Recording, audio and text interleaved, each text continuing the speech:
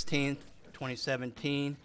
I'm going to call to order Trophy Club Municipal Utility District Number 1. We do have a quorum. All directors are present.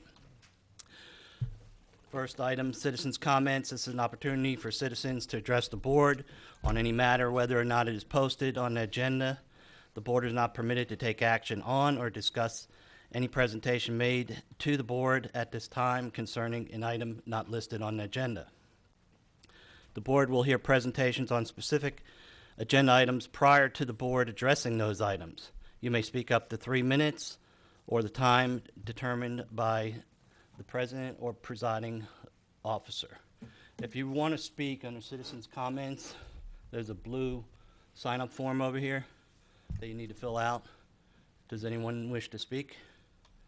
Okay, I see none. No citizens' comments on anything? Okay, we'll move on. The consent agenda. All matters listed as consent agenda are considered to be routine by the Board of Directors and will be enacted by one motion. There will not be a separate discussion of these items. If discussion is desired, that item will be removed from the consent agenda and it will be considered separately. 1. Consider and take appropriate action to approve the consent agenda. A, April 2017 check register. B, April 21st, 2017 regular meeting minutes. Do I have a motion? I move to approve the consent agenda. Second. Okay, we have a motion by Director Rose, a second by Director Thomas. All in favor? Show of hands. Unanimous. All opposed? I see none. Moving on. We had a request to move item 6 forward. Does anyone have any objections? I see none. Okay, item 6 on the agenda is consider and take appropriate action concerning wastewater treatment plant directional sign located at Indian Creek and Junction Way. Mr. Rose and Vice President Wilson requested this. I'd like to start off with either a motion or if there are any citizens that would like to make an input at this point on this particular sign. Anybody sign up for this item, Lori? Okay. Does anyone want to sign up? I saw you move. Okay. Okay, if you would just, sure. In fact, for the record, we just send, yeah. You can fill one out after you talk, okay? Okay. Just state your name and address. Alrighty then. Thank you for entertaining. Yeah, come to the come to the podium. It won't pick you up unless you have those mics kind of pulled down. There you go. Can you hear me now? Yeah. Okay. We need your name and your address to start. My name is Patrick Montgomery. I live at 418 Ramsey Trail. We moved into Trophy Club on September the 10th, 2014. We're proud to be here, and I know all of you gentlemen and ladies probably live in Trophy Club and are proud of it. So, simply put, is there any other background you need on me before? Okay. Simply put, we're here for the second time. We were here very early after the sign went up at the entrance of our subdivision, Canterbury Hills, which is, as noted, at the Indian Creek and the road that leads into your wastewater treatment facility. And at that time, I think Dan Hennemer and myself addressed the group, and we appealed to the group to either take that sign down or move it in a less conspicuous spot. We came away from that meeting with the understanding that the real issue was the litigation that was occurring with the developer and the mud, and that it was to apply leverage or force an issue of some kind. Of course, as we had no input on that, and I recall that very directly, that we were told to go back to the developer and tell them to drop the lawsuit and you take the sign down. Well, the lawsuit is gone. 3 years have passed. And we, again, are appealing, and I have a group. Would everybody raise their hand from the subdivision? Here, that are appealing to the good judgment. I know none of you would want that sign in front of your subdivision. The treatment plant has a purpose. It performs well. I know your employees know where they work. They can find it. So once again, we ask that you consider taking the sign down. You can't even see our entrance really because of the sign. Is there some purpose to the sign that we're not aware of? Or if you can enlighten us on that, and I would welcome if you have the time for any of my neighbors to also speak to you. I don't want to be the head dude here. I'm just trying to keep something moving forward. I thank you for your time and interest. Okay, you mentioned something that someone told you if the developer dropped the lawsuit, the sign would come down. Who told you that? It was one of your board members. It was, I don't know if it was. I was here. It wasn't me. Oh, no, I know that, and I know that, Mr. Carr. Was there a Mr. Moss or? Jim Moss was the president. I believe it was Mr. Moss that indicated that. And it was, we really felt, and we didn't have a bunch of folks at that point. We were brand new. There were 3 that night. Yeah, there were 3 of us there, and actually one family wound up not closing on their homes, so, and none of us had moved in. Yeah. So we really didn't have a big voice, really, except to say it didn't feel right. You asked a question, or the question what the purpose of it is. From what I remember, it's on the golf course, like on the easement of the golf course. Is that correct? It's on So it's golf not on- course land, yes, It's not sir. on someone's property, and then it serves purpose as a directional sign. We have a lot of contractors coming through there. We have the people to pick up the sludge. We have TCQ come in sometimes. So I'm just answering your question. Sure, that's It serves as a directional sign, like the ones you see at Byron Nelson, like the ones you see at Medlin and elsewhere throughout the community. But that's the purpose of it. Okay, that's fair. There was never a sign before, and it suddenly appeared, and you guys would know the inside discussions that were taking place and if there were any other agendas involved in putting the sign up. All we're saying is if that directional sign can be moved, perhaps, and what's the, I should have done my research coming in, and I didn't. There's a street that.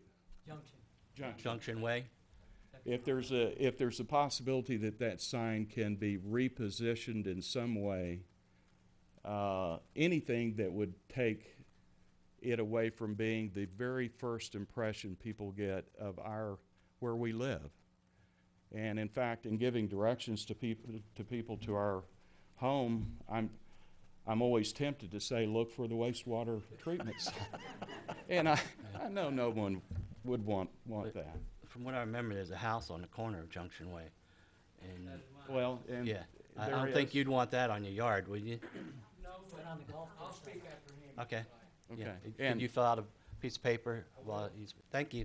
thank you for your Hey, Patrick, time. Yes, sir. help me a little bit. When you were here before, there weren't any houses. And part of that was, it's like, how do I draw an analogy? It's like buying a home close to a airport, and then for some reason you don't like the noise of the airport, and so you'd like for the airport to move. Part of it was, who knows what could happen down at that plant. We did not want to put ourselves in a position in future years where there would be a group of homeowners that came in and said there was something at the plant that needed to be addressed and that they didn't know that plant existed when they bought their home. Sure. And so, obviously with the sign, you obviously know the plant's there. Right. And can it reposition? I guess we can always look, and maybe if the gentleman can share with us, we can always take a look at that. But part of it was to not have a group come back and say, oops, I didn't know there was a plant there. I want you to do something about the plant that we can't do. Okay, and I think that's a fair comment and statement. You don't need me to say it's fair or not, but I think it is. I know that the builders they have it in their literature. It's very predominantly discussed. And I think anyone that buys a home anywhere close to it knows that. But I understand at that point in time, but we're 3 years later. And And look, and please don't misunderstand, because I am absolutely willing, open-minded to listen to what you guys have got. Is it hurting you in the resale of homes? I mean, what is the problem with the sign? That's what I'm trying to understand. it's, well, I can tell you there's a number of homes for sale, and, or several, I'm gonna say a half dozen. But I mean, has anyone had None of them trouble have selling a closed, house? so I don't know if that. I mean, I'm asking because homes Yeah. at Trophy Club are selling in 10 days, so I'm just kind of curious. Not in our, not in our.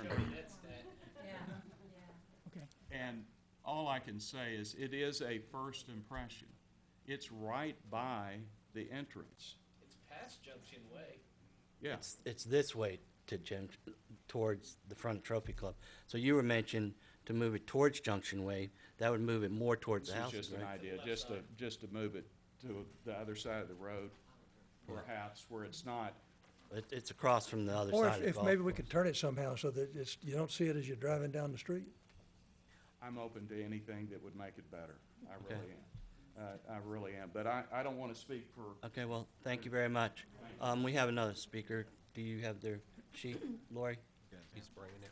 Okay. If you would, just say your name and your address, okay? My name's Ricardo Silva. I live at 651 Indian Creek Drive. I'm the house directly at the corner of Junction Way and Indian Creek. Moved in 2015, March 15th, 2015. And the wastewater treatment sign is on the common area over there on the side of the golf course. There's also a common area on Junction Way on both sides of the street that the water treatment people have been using, have dug up the line, and I'm aware of all the heavy traffic and everything that comes in because they use the site Junction Way as their parking lot right next to my house for over a year.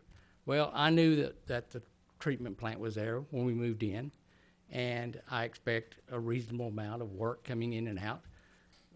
But like you said, nowadays, people all have cell phones, people all have GPS. There's no way no one can find an address. 3 or 4 years ago, that might not have been the case. But nowadays, a little kid can tell you probably where the address is. So saying that there's no way that the contractor can find where the wastewater treatment plant really is not an issue now. It might have been an issue 3 or 4 years ago, but it's not an issue now. And the sign can be moved to the easement on Junction Way on the south curb of Is that Junction across Way. from your house? It's right across from my house. I'm at the very house on the right next to number 8 tee box. If y'all are all golfers, on that brick wall right there, and that is the first thing you see as you go in. We don't even have a Canterbury Hills addition. We have a First Texas Home sign, Ashton Wood sign, and the wastewater treatment sign. That is welcome to Canterbury Hills that we have right now, and you wouldn't want that in your neighborhood. Trust me. We knew that going in, but we, as a community, believe that we can do better. And with your help, that's what we're here trying to do. And if we have to keep the sign, it can be moved to the south side on Junction, which is the easement. Which would take it, just turn it 90 degrees? It would take it, turn it 90 degrees, where we would come in and face Indian Creek instead of facing, it would face to the east instead of facing to the south, where it's facing now. But it would still, let me just see if I understand what you're saying. We need to go check this out. Yes, sir. It's faced this way now. As on- you're going Yeah, it's facing toward this, here's the street. Indian Creek at the toward the north, Yeah, it's facing this. it way. is on the right side of the street, Want it Your right- house you is want on it this to be- and I'm on the left side of the So street. basically, if we would take that thing and turn it like this, then at least it's not facing the incoming traffic that's going down the street. I have a flyer here if you'd like, Sure. if you'd like. See, forgive me, I don't remember us having any concerns about, hang on a second, about people, like to see it. about people finding it. But I do remember there was a great deal of concerns about future homeowners getting upset if something happened at the plant. We couldn't have no control over. We wanted anyone that purchased a home in that area to at least understand there was a sewer plant in their vicinity that we have we have control over it, but it's there. We can't move it. And so if that sign can accommodate you, and we can turn that thing 90 degrees and still keep it in that general area, that'll accomplish. Now, That No, will it copy- wouldn't, because the sheer size of the sign is really ridiculous nowadays. It's huge, and it's as big as, bigger than that TV. And we see no reason to have such a large sign to announce a wastewater treatment plant in our city. Everyone knows where it is. You could have a sign that would suffice as far as being made for the public awareness. If someone, by some chance, does not have a GPS or a way to find it in this small community, I don't see how you could not find it. But if we could get the sign either removed, reduced, or relocated. I have I guess this is a question to staff. Where's the sign? I know where it's located. What, someone mentioned it was on a easement. Who owns the property where it's sitting? Golf course. The golf course, okay. But I just sent you an that- email with the that pictures. could be the homeowner association also is in charge of maintaining the easement alongside my south property line where the brick wall is on Junction Way. That little flower bed all down there is part of that, and that brick lives wall right here. is a homeowner association property. And that's what. you're And talking the golf course, where it's sitting, excuse me, where the sign is sitting currently, it's only a few feet from the curb, whether that is golf course or whether that easement is for the homeowner association. is It's the not a question. few feet, it's about a foot from the curb. Yes, sir. Yeah. It is right there by the curb. I And believe that's golf course property. it could be golf course property. But there Same again, question. we could, the water, the mud people that have been working back there have worked on both sides of Junction Way, dug it up, put in lines and everything else. So there's an easement on both sides that could satisfy the requirements to putting a sign, public sign Hey, like that. Hey Shane, What- along those lines, quick question. When he's comment about the size of the sign, I'm looking at this thing, does it have to say on the top of it, Trophy Club Municipal Utility District Number 1, Texas Commission Environmental Quality? Can that be taken down in just Yeah. water treatment facility? Yeah. It- That it was another reduces the question. size of the Is thing there by some kind 50%. of regulation, state law, state code that we have Oh, to follow? Okay, let me stop here. If we would, give the person courtesy that's speaking, please. Thank you. Go ahead, Mr. Silva. Okay. That's another question I had. Is there state code, state regulation, city ordinance, anything that regulates why the sign has to be there in the first place, besides just telling people where it is?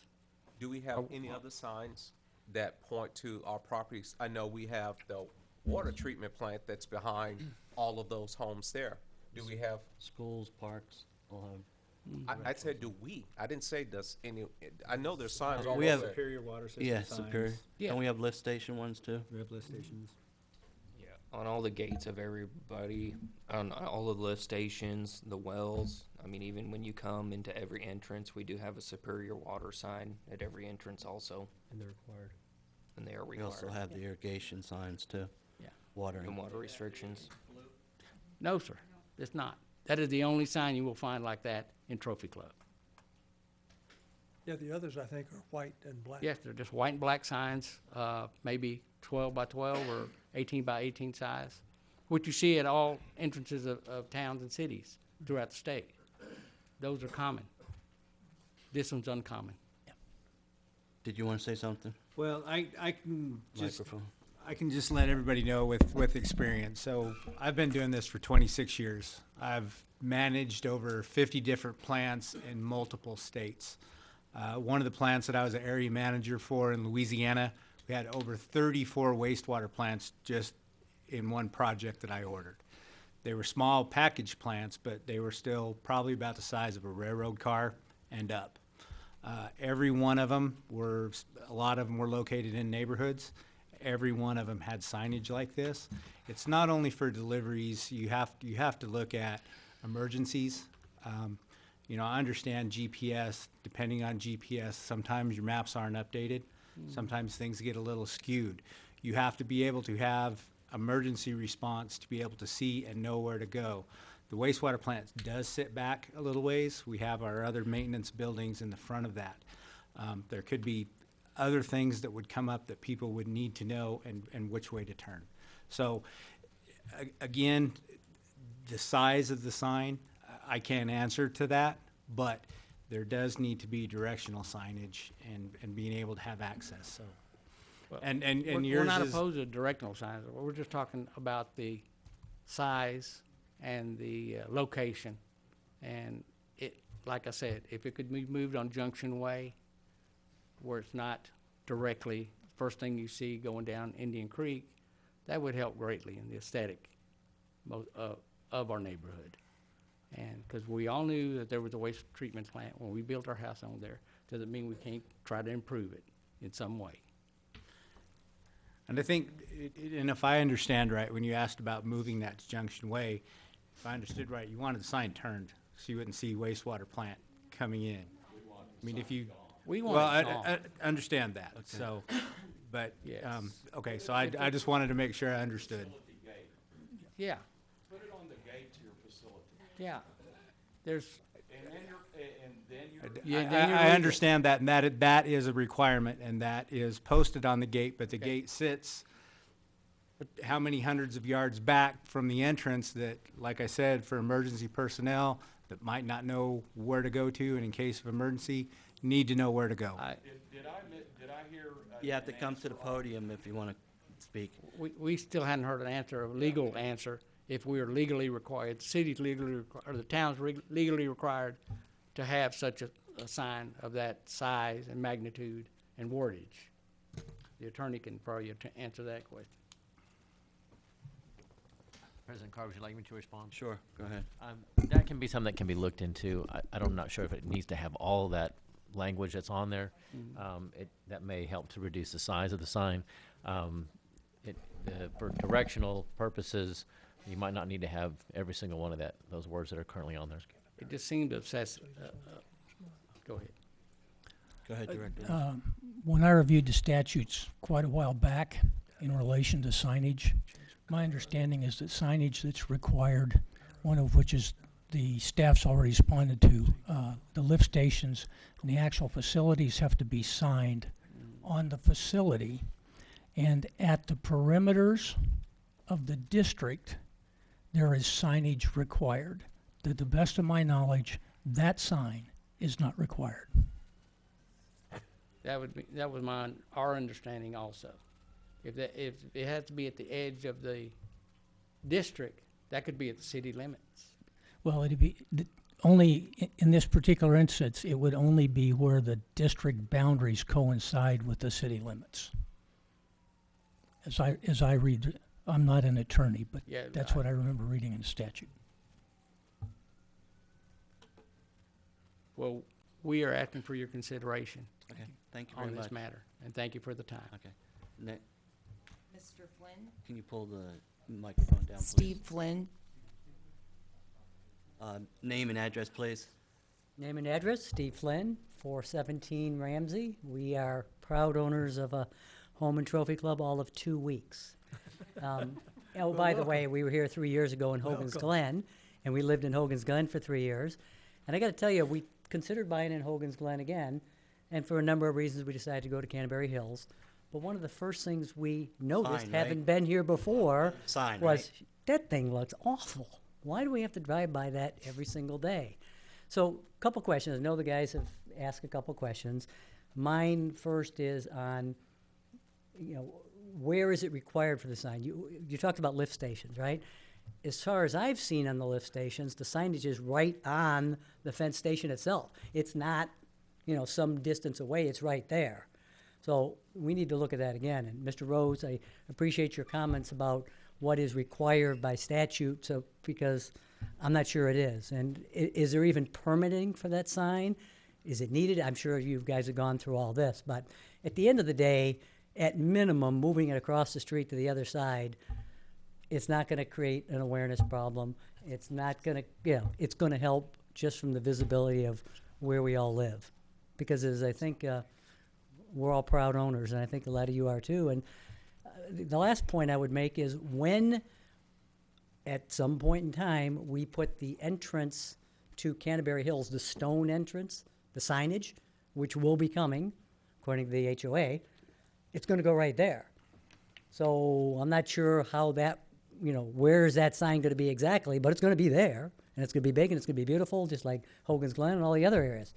So that would further, if it's behind it, that would even be a further problem for that great, stone thing entranceway, so, again. Steve, and forgive me, I don't Yeah. know. Is Canterbury gonna eventually be gated? No. So it's just gonna have the fence, the sign fence?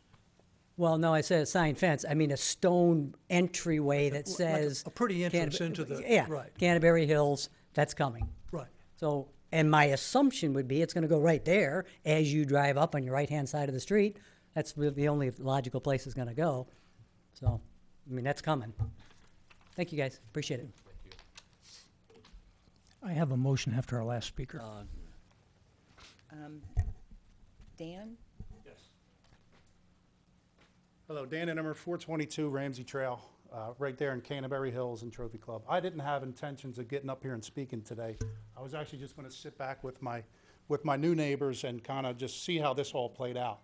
And in all honesty, if the answer was a straight up no, the sign needs to be there and it needs to stay and we're not going to remove it, I would accept that. But I kind of got off the edge of my seat when Mr. Thomas started to compare the decision of us to purchase homes in Trophy Club and raise our families there, and basically imply that we were somewhat foolish because you can't buy near an airport and then complain about the noise. Well, I was fully aware that water treatment plant was there, fully aware. As I went through, and I'm one of the oldest homeowners, but as an elected official, to toss that back, as our proposal was really, can we remove the sign or not?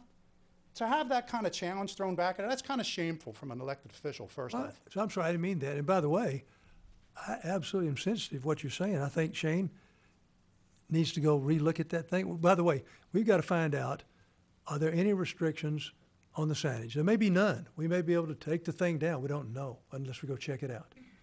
And if that's the case, then Shane can come back and let us know, number one. Number two, if it's required, can we turn it in some way and reduce the size of it and change the color of it so it's not as negative an impact? Can we do that? And then number three, can we put it on that right of way legally? Can we get to it?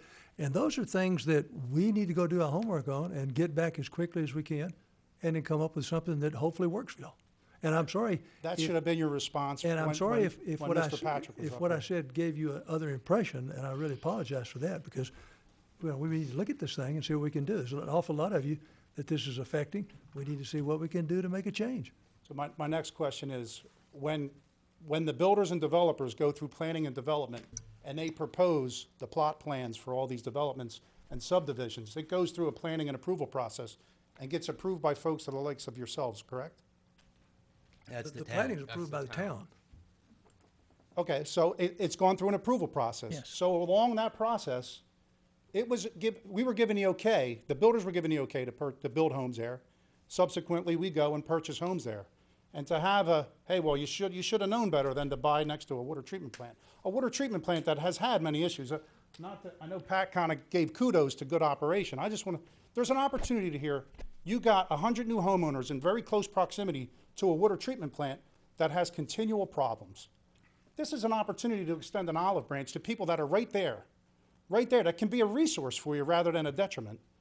I've just agreed with you. Well, And I've said we need to get our district manager to go do the 2 or 3 things and come back to us next month and see what we can do. I appreciate if you can give it full consideration to remove the Sure. sign. Thank you. Anyone else to speak? I see anything, Lori? Jeff? It's not related to that issue.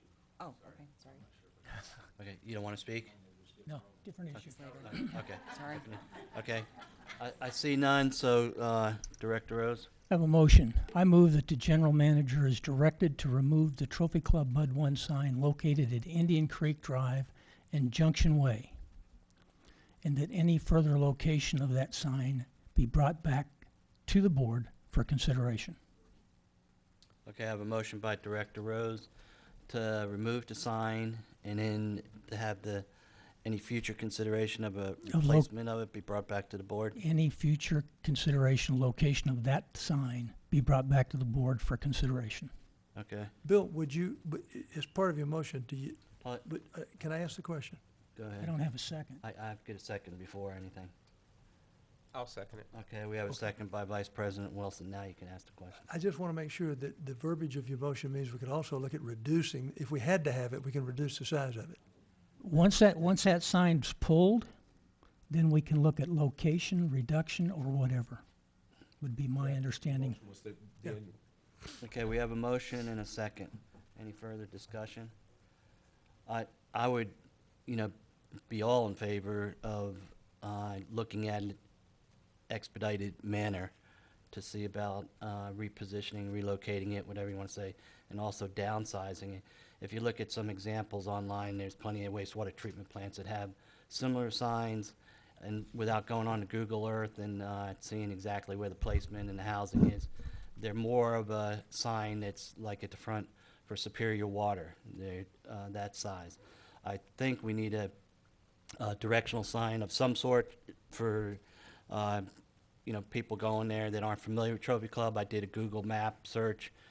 The Junction Way doesn't have that, doesn't show the treatment plant. It used to be a dirt road years ago. You had to cut through Harmony Park and go down a dirt road, and then the developer developed that area. So I'm not in favor of taking the sign down, then coming back. I think we need to expedite it, obviously, and come up with a solution of repositioning it and downsizing it. I don't think there's a necessity for a directional sign there. We have, It's interesting that we would have a directional sign 100 yards, probably at most, from the entry to the plant. And you have to go through a crooked course, clear around the town, to get there. Where's the other signage? There is no jelly bean path. There's one sign out there at this neighborhood, and I think it needs to be pulled.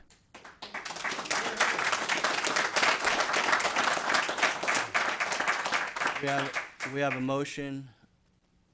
Any more discussion? Okay, all in Well, favor? hang on, yes. Bill, I'm not opposed to what you just said, other than our general manager, which I believe your motion has granted him, our general manager's got to come back to us and let us know, do we have any legalities associated with signage associated with the plant? And then if so, where can we put it so that it's not such a obstruction, but still be within whatever our requirements are? And if there is none, then it doesn't have to go back up. That's right. The motion, and correct me if I'm wrong, is to remove the sign, and then if a sign is to be placed anywhere else, to bring it back to the board. That's correct. If the for Does that everybody that understand the sign.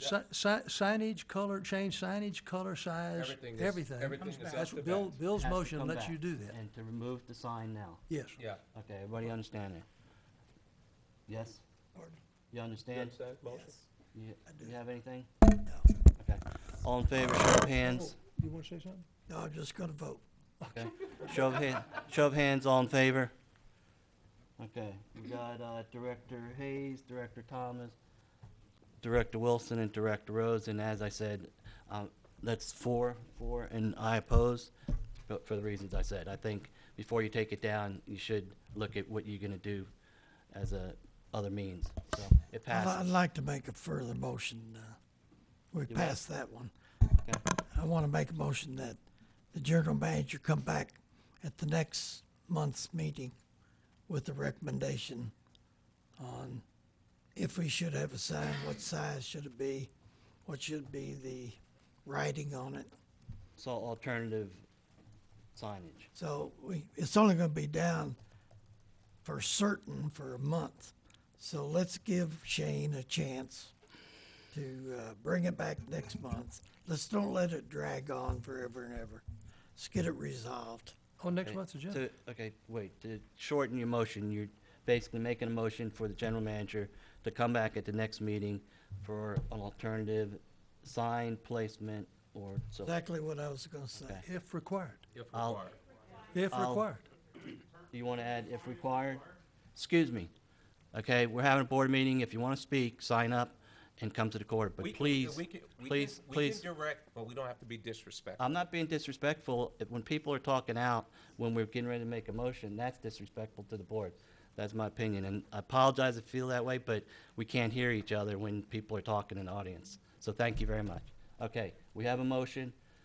Do we have a second? Can you repeat the motion?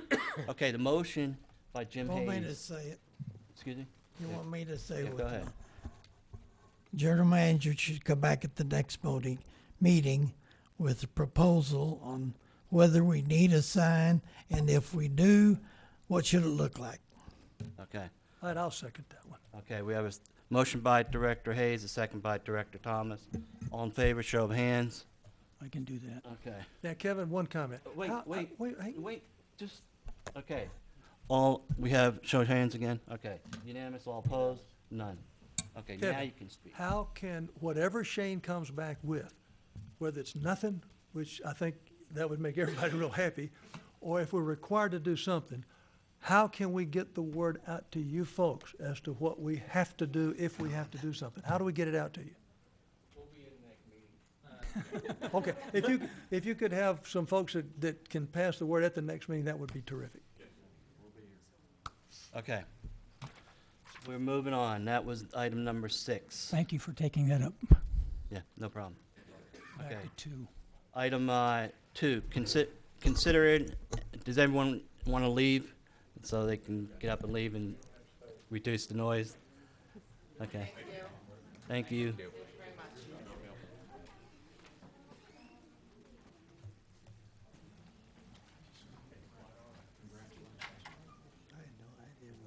this thing down a little bit. Thank you, Ms. Stiller. Okay, before we move on, I just want to say congratulations to Councilman-elect Eric Jensen. He just walked in, so congratulations. Congratulations. Okay, item 3, consider and take appropriate action regarding payment to the town of Trophy Club in an amount I equal think, to... I think we need to go back to 2. Okay. We moved up 6. Yeah, you're right. Sorry about that. Moving 6 up there. Okay, we're going to go in order 2. Consider and take appropriate action regarding request for reduction of winter average rate by customer residing at 1105 Sunset Drive. Just name and address, please. Jeff Zich, 1105 Sunset Drive. With Jeff. Zich, Z-Y-C-H. Yeah, long story short is I missed that we were going to average monthly billing. We had a pipe bust in our front yard in November and didn't really resolve it until the end of December. I think, Mike, you may have been the one who stopped by and basically said, hey, your meter's running. What was happening was it busted in a front flower bed, and it was traveling underground and basically dumping into my neighbor's yard. So it took me a while to catch on that it was leaking, and you know, with average monthly billing, our bill is about $180 a month, when realistically we are usually under 70. So I did speak with you, Kevin, over the phone, and we have lived here for a couple of years. I'm a first-time homeowner, so learning some things the hard way. But we have lived here for a couple of years, so I would just hope that maybe we could look at historical averages. I mean, we've never used close to the amount we used November, December.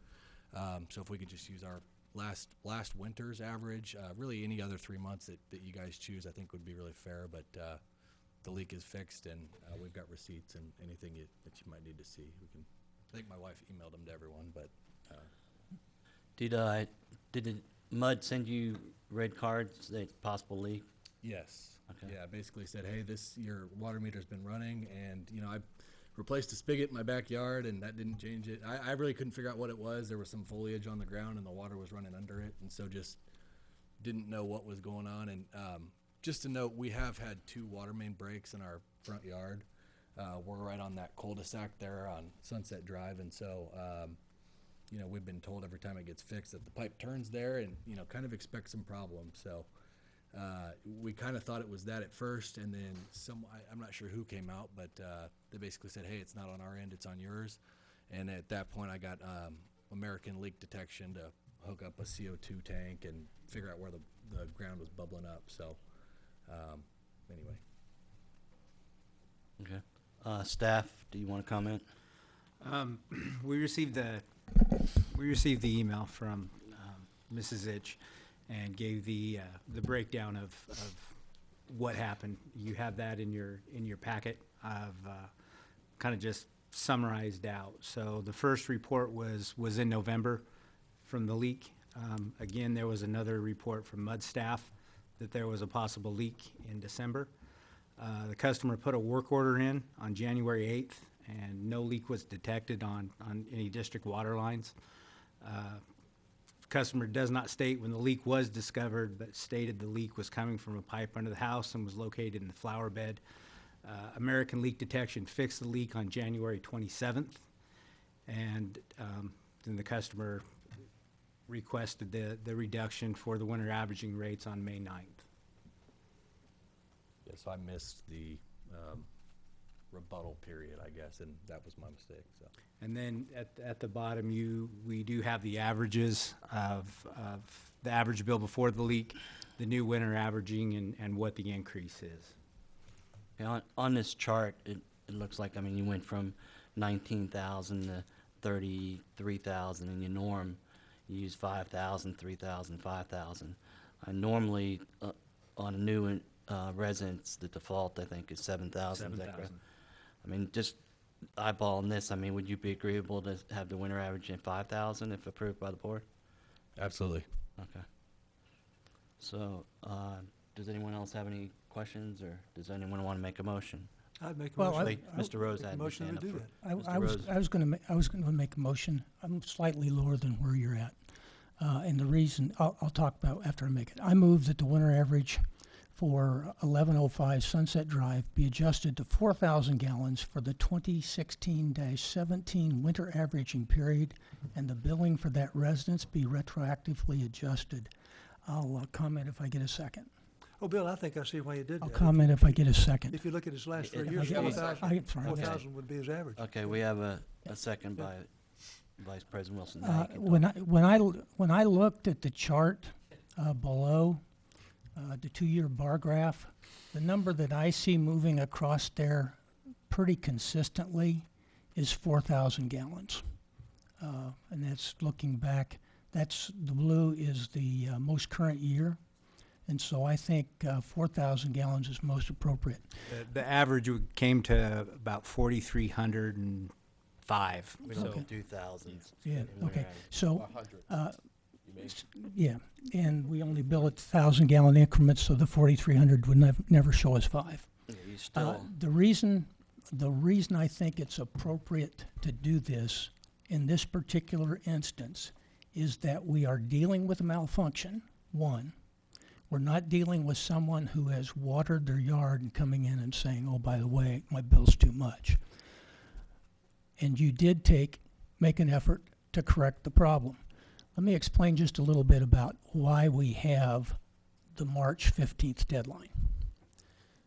That is important for us to have relatively good information on the amount of customer usage so that we can divide that into our costs and get an amount per unit to bill a customer. Having said that, the change of, in your particular instance, a single customer with a known problem, in my mind, does not create a situation that is onerous to the mud. So therefore, that's the reason for my motion. well, before we vote, I just want to say this is a unique case. Absolutely. I mean, he did mention that he took action or to preventive and action to find the leak. We did send him the card, so that worked. Your neighbors were, identifying the leak too. But just looking at the graph, you can see, I mean, something went wrong early November, December, or late November, December, and then January. And I assume you fixed it January or something, it looks like. Yeah, late January, yes, Yeah. sir. So, I mean, it's obvious that, there was something there. He did take measures to look for the leak.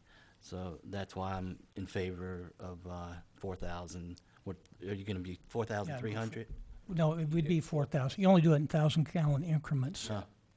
Not for averaging. Renee? I think the sewer averaging is actual. Right, it is. Oh, It's is it? not in thousands, it's actual average. Mine's If it's 1 point. 4,355, that's what it is. And Bill, Okay. if you look I at didn't last realize year, that. it's 5, 3, and 5, which would be 43. Okay, so that's fine. Do you want to amend the motion to 4,300? Yeah, I'll amend it to 4,300. Okay, And I'll accept that. okay. Is We that, have- is that fair to you? Yes, sir. Okay, so we have 4,300.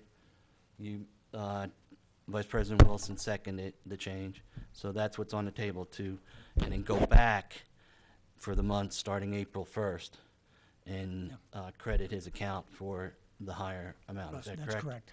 Okay, everybody understand? Right. Jim? Hayes? Yes. Okay. All in favor, show of hands.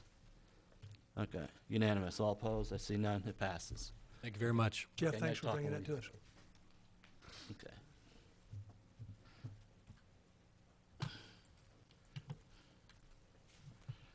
My mouse is, Number 3. my mouse is, okay, I'll go to the hard copy. Oh, there it goes. Okay. Okay, can I go to 3, Director There you go, Rose? number 3. Okay. Okay, number 3, consider and take appropriate action regarding payment to the Town Trophy Club in an amount equal to $10,597.99 to increase the size of the combination vault to accommodate the 8-inch fire line meter for the Trophy Club Town Hall and police facilities. Does staff want to comment on this first, or where are we at? We recommend that we do not pay the $10,000 for the fire meter vault. The meter is required.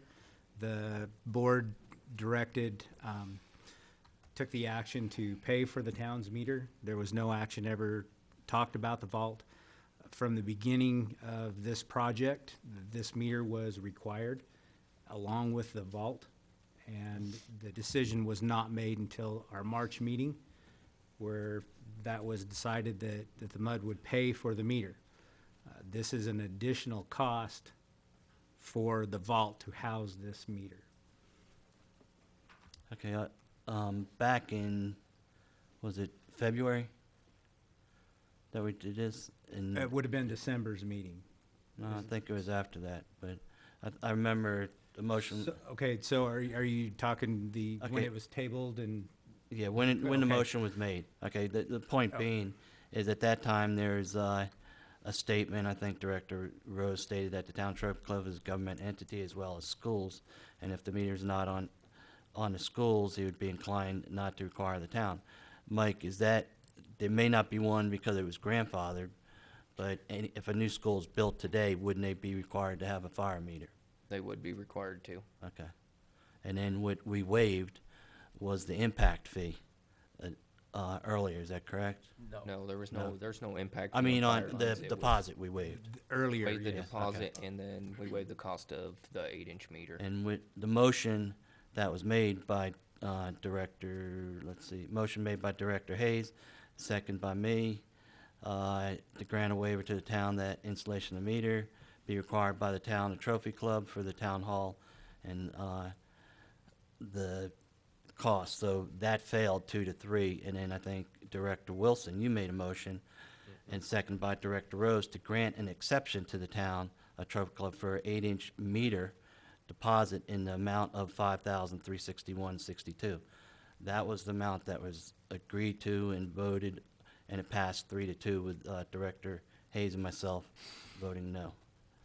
Just so everybody knows what the motion was. Yeah. The motion was, motion made by Director Wilson, a second by Director Rose, to grant an exception to the Town of Trophy Club for the 8-inch meter deposit in the amount of $5,361.62, and authorize the general manager to expend district funds for the purchase and installation of the meter if he deems it necessary.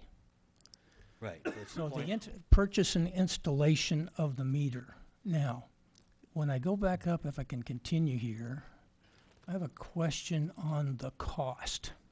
Of the meter? Because, no, I've got the cost on the meter. On page 19 of the packet says proposed change to add 8-inch fire line meter and combination vault in amount of $10,330 and some cents. You go to the next page and it shows the current cost at 13 or 23,000. 095 and then an offset of 12.9. My question is, in this discussion here, the cost on 20 says vault meter and DC/CD.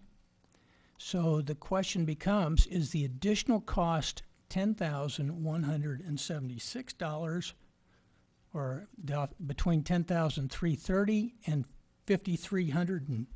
So are we really talking about an additional cost of $5,000, or are we talking about additional cost of $10,000? You're talking about an additional cost of $10,000. The meter for the 5,300 has already been paid for. The additional $10,000 is for the vault only, Vault not the only. meter. The vault only. Okay. Shane, this number says 10,599, 97.99, not 10,000. $10,176. Yeah, the number, yeah, but they get the there's an add-on down there for markup for subcontractors when it comes up to the main contractor. There's an additional cost of $237.03. Yeah, I guess my view on this is all part and partial of the item we discussed on our last meeting, because you would need an expanded vault if you didn't have the meter. And to me, I really see this as, I guess I was not aware of this at the time it was presented, that there was also additional costs related to the vault, because then I would have included that into it. But to me, this is all part and partial of that conversation, because you wouldn't need the additional vault if it wasn't for the meter. This was also in the building plans of the town as they did it, so I just want to make that note. But this also came up back in December, and we pushed it. This is something that didn't just finally get addressed in March. It actually came up months ago, and we finally made a decision on it in March. So it wasn't like it just showed up in March. It was mentioned previously, and we finally addressed it in March, finally. We addressed the meter. Yeah, we addressed the meter. Okay. The vault wasn't mentioned at all, Yeah, the vault wasn't because mentioned that was at all. still in the building plans of the town. Okay, Mike, do you want to comment on this? Yes, it was in their submittals because we required them to have an 8-inch fire line meter from their submittals. And I completely So agree it with you. was I don't our think- requirement. Yeah, no, I don't think anyone agrees that it was never in the plan. So to my knowledge, and I don't think the town has ever said that this was never in the plan, they went back and looked at it, and I guess their engineer, from what I recall from discussion, looked at it and said, why do we need this? So to my knowledge, there's never been any debate whether or not it was included in the town's plan to have it. Okay, let me put this a different way. In their first submittals, they gave some kind of detector check vault, but there was no meter included. I worked with the engineers on this extensively, and we required them to make the vault bigger to accommodate the meter. So this was not in their first submittal, it was in their second submittal, but we required it. Understand? Okay. We have a motion by, did you there's make a no- motion? There's no motion. There's no Okay. motion. Okay. I'll make a motion that we waive the costs in amount of $10,597.97 for the combination vault to accommodate the 8-inch fire line meter for the town of Trophy Club, the town hall and police facility, as a one-time exception for the town. Greg, Second. I think is what Okay, you second? Okay, we have a motion by Vice President Wilson, we have a second by Director Rose. Now you can, So you're not waiving this fee. This would be Paying the it. district paying 10,000. $10,100, paying that. I'm waiving the fee Adam. to the town. But this is an expenditure, so are you authorizing that expenditure by the MUD on behalf of the town? If we determine that, well, it's already there, correct? So it's not like we can go back and say, okay, we're gonna remove it. So this is a fee, a charge that presumably has already been paid by the district. What I'm saying is, We haven't paid it yet. so it's not been installed. It's part of the building of the town, and they came to us with an invoice to pay. The question I'm asking is this vault currently in place? Yes or no? Yes. And so what you're saying is that we've been billed, but we haven't written a check to them? We have not been billed. The town has been billed. The town has come back and requested that we pay this offset for this additional their cost of this required vault that has been required from the beginning of this project. Okay, so my motion is that, that the MUD covers the cost of this covered discharge. Can If you- that wasn't clear in the motion. Can you just mention it one more time? Okay, Dollar amount. I make a motion that, New motion. that the Trophy Club MUD cover the $10,597.97 $0.99. to cover the cost for the combination vault to accommodate 8-inch line meter for the Trophy Club, Town Hall, and Police Facility. You understand it, Bill, for a second? I do, but could you verify the amount? That was wrong. I, th- $10,597.99. Should be 67. I think 67. That's not what's on the Agenda. paper here, on the agenda. But if it's 30 cent over, I think Not we're to good. exceed No. $99. $30. Not to exceed that. $30. Yeah, not Okay. to exceed that amount. Okay. I'll, I I'll, don't think we need to clarify 30 cent, one way or Okay. the other. Okay. I was just looking, I'll second it. I was looking at the base document. Okay, any other discussion? I see none, okay. Yeah. All in favor, show of hands. I have Director Wilson and Vice President Wilson and Director Rose. 4, all opposed, show of hands. I oppose it. Okay, it fails. Next item. 4, consider and take action regarding adoption of order number 2017-0516, canvassing the return and declaring the results of the bond election for Trophy Club Municipal Utility District Number 1. Staff?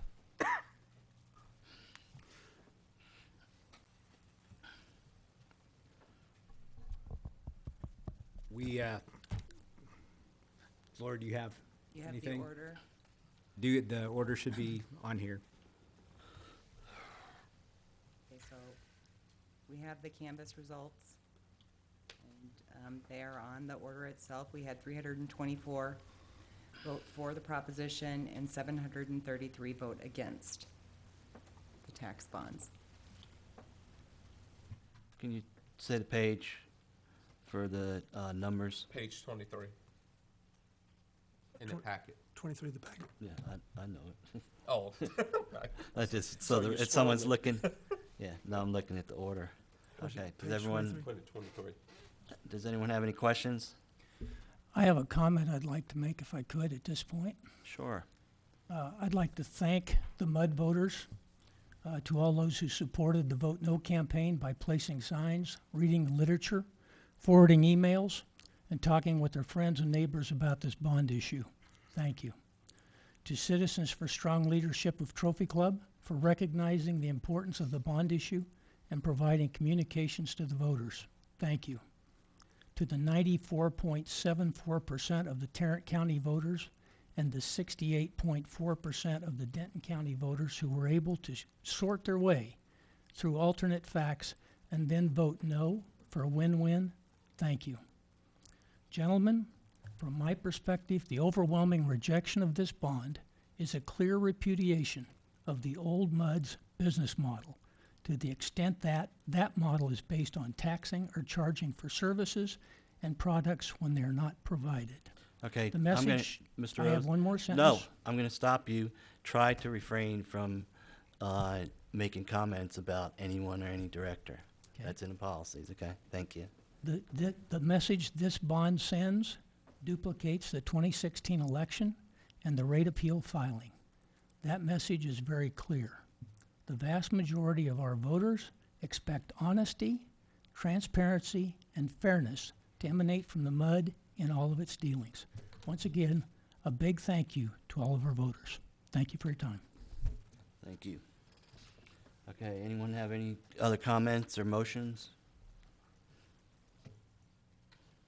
Someone has to make a motion to accept this. I make a motion that we accept the order number 2017-0516, canvassing of the returns and declaring the results of the bond election for Trophy Club Mud District Number 1. Okay, I'll second. You want to say? Yeah, Okay. second. Okay, a motion by Vice President Wilson, second by Director Thomas. Any further discussion? I see none. All in favor, show of Point of hands. order. Go. On page 23, it says, "The roll was called of the duly constituted members of the board." You have to roll That's call fine. Director Rose? it. In favor. I'm in favor. Director Wilson? I'm in favor. Favor? Director Hayes? Does that satisfy your needs? Thank you. Okay. All were in favor, all opposed? I see none. It passes. Okay. Item 6 we already did. Item 5, but you're on 5 now, You're on Kevin. 5. Damn, how am I missing these things? Okay. Should we have someone count for you? That's what you're supposed to do. That's why you're here. Okay? 5. Keep you modest. Okay. And Tony, I should have just looked up and saw Tony here, right? Okay. 5. I know why. Okay. I know why it's doing it. It's skipping 5. Gotta read it. Okay, consider and take appropriate action regarding funding and construction of proposed 16-inch water transmission line project from the district ground storage tank to elevated tank located on T.W. King Road. I'm not gonna read the bullet points. I don't have to read the bullet points, right? Okay. Okay, staff? So the discussion is, I have CPNY here, and I would like Mike's input on the reasons why this 16-inch line is needed, and the operations of the water tank. All right, well, I'll start off by saying that we're still having the same issue with the east side elevated tank. The west side will actually fill up and shut off, and I'm still pushing all of my water over there to that east side to try to get that tank filling. And that is all due to pipe sizing deficiencies on that side of town. We've got a lot of newer, larger pipes heading over to the tank by Byron Nelson's, and a lot of older, smaller pipes running over to the east side. So we're still having some issues over there, and of course, you know that the top of Indian Creek and Trophy Wood over there, you know, that's a high point in town, so that makes it even a bigger issue over there. Mike, are you saying wait, I'm sorry, are you saying you're having problems pushing water into the tank by Byron Nelson? No. Just the tank on T.W. King Road? Yes. Okay. I can fill the tank up. I mean, even now, I mean, it's only May, but I mean, even now, the pit elevated tank, it'll fill up and shut off, and I still struggle already to push water over to the T.W. King tank. Yep, I have a couple of questions. One, I know we did one of them is related to costs, and this is probably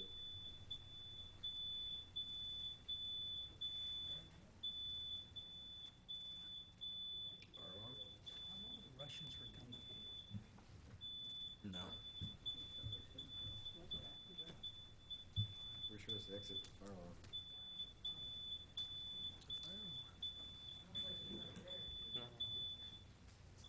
Not up here. Yeah, it's probably this sensor here. Is it the generator? Eric, you getting a little hot, putting that sensor on? What's that? I'll go look at the generator. Okay, But it kept continue. Yeah. So a couple of different questions. One is related to, I know with the non-standard agreement, this is probably more board related. What's the impact to the fact that there's an expiration date on the contribution that Beck is going to make to paying for the line? And so I'd like to know, how does that impact the cost of the project? Because from what I understand, there's not any real progress on PD 30 now. And I know that was if I recall correctly, that was the big impetus when this came to the board, was Beck's ready to move. We need to go forward and get this line in place. Right. The other thing is, if PD 30 is not moving, I don't know how we get permission. I'd like to understand, how do we get permission to place the line through that area, because if there's not a existing plan in place, to me, it wouldn't make a whole lot of sense to put a pipe in the ground just to have them tear it up potentially when they finally get something going there.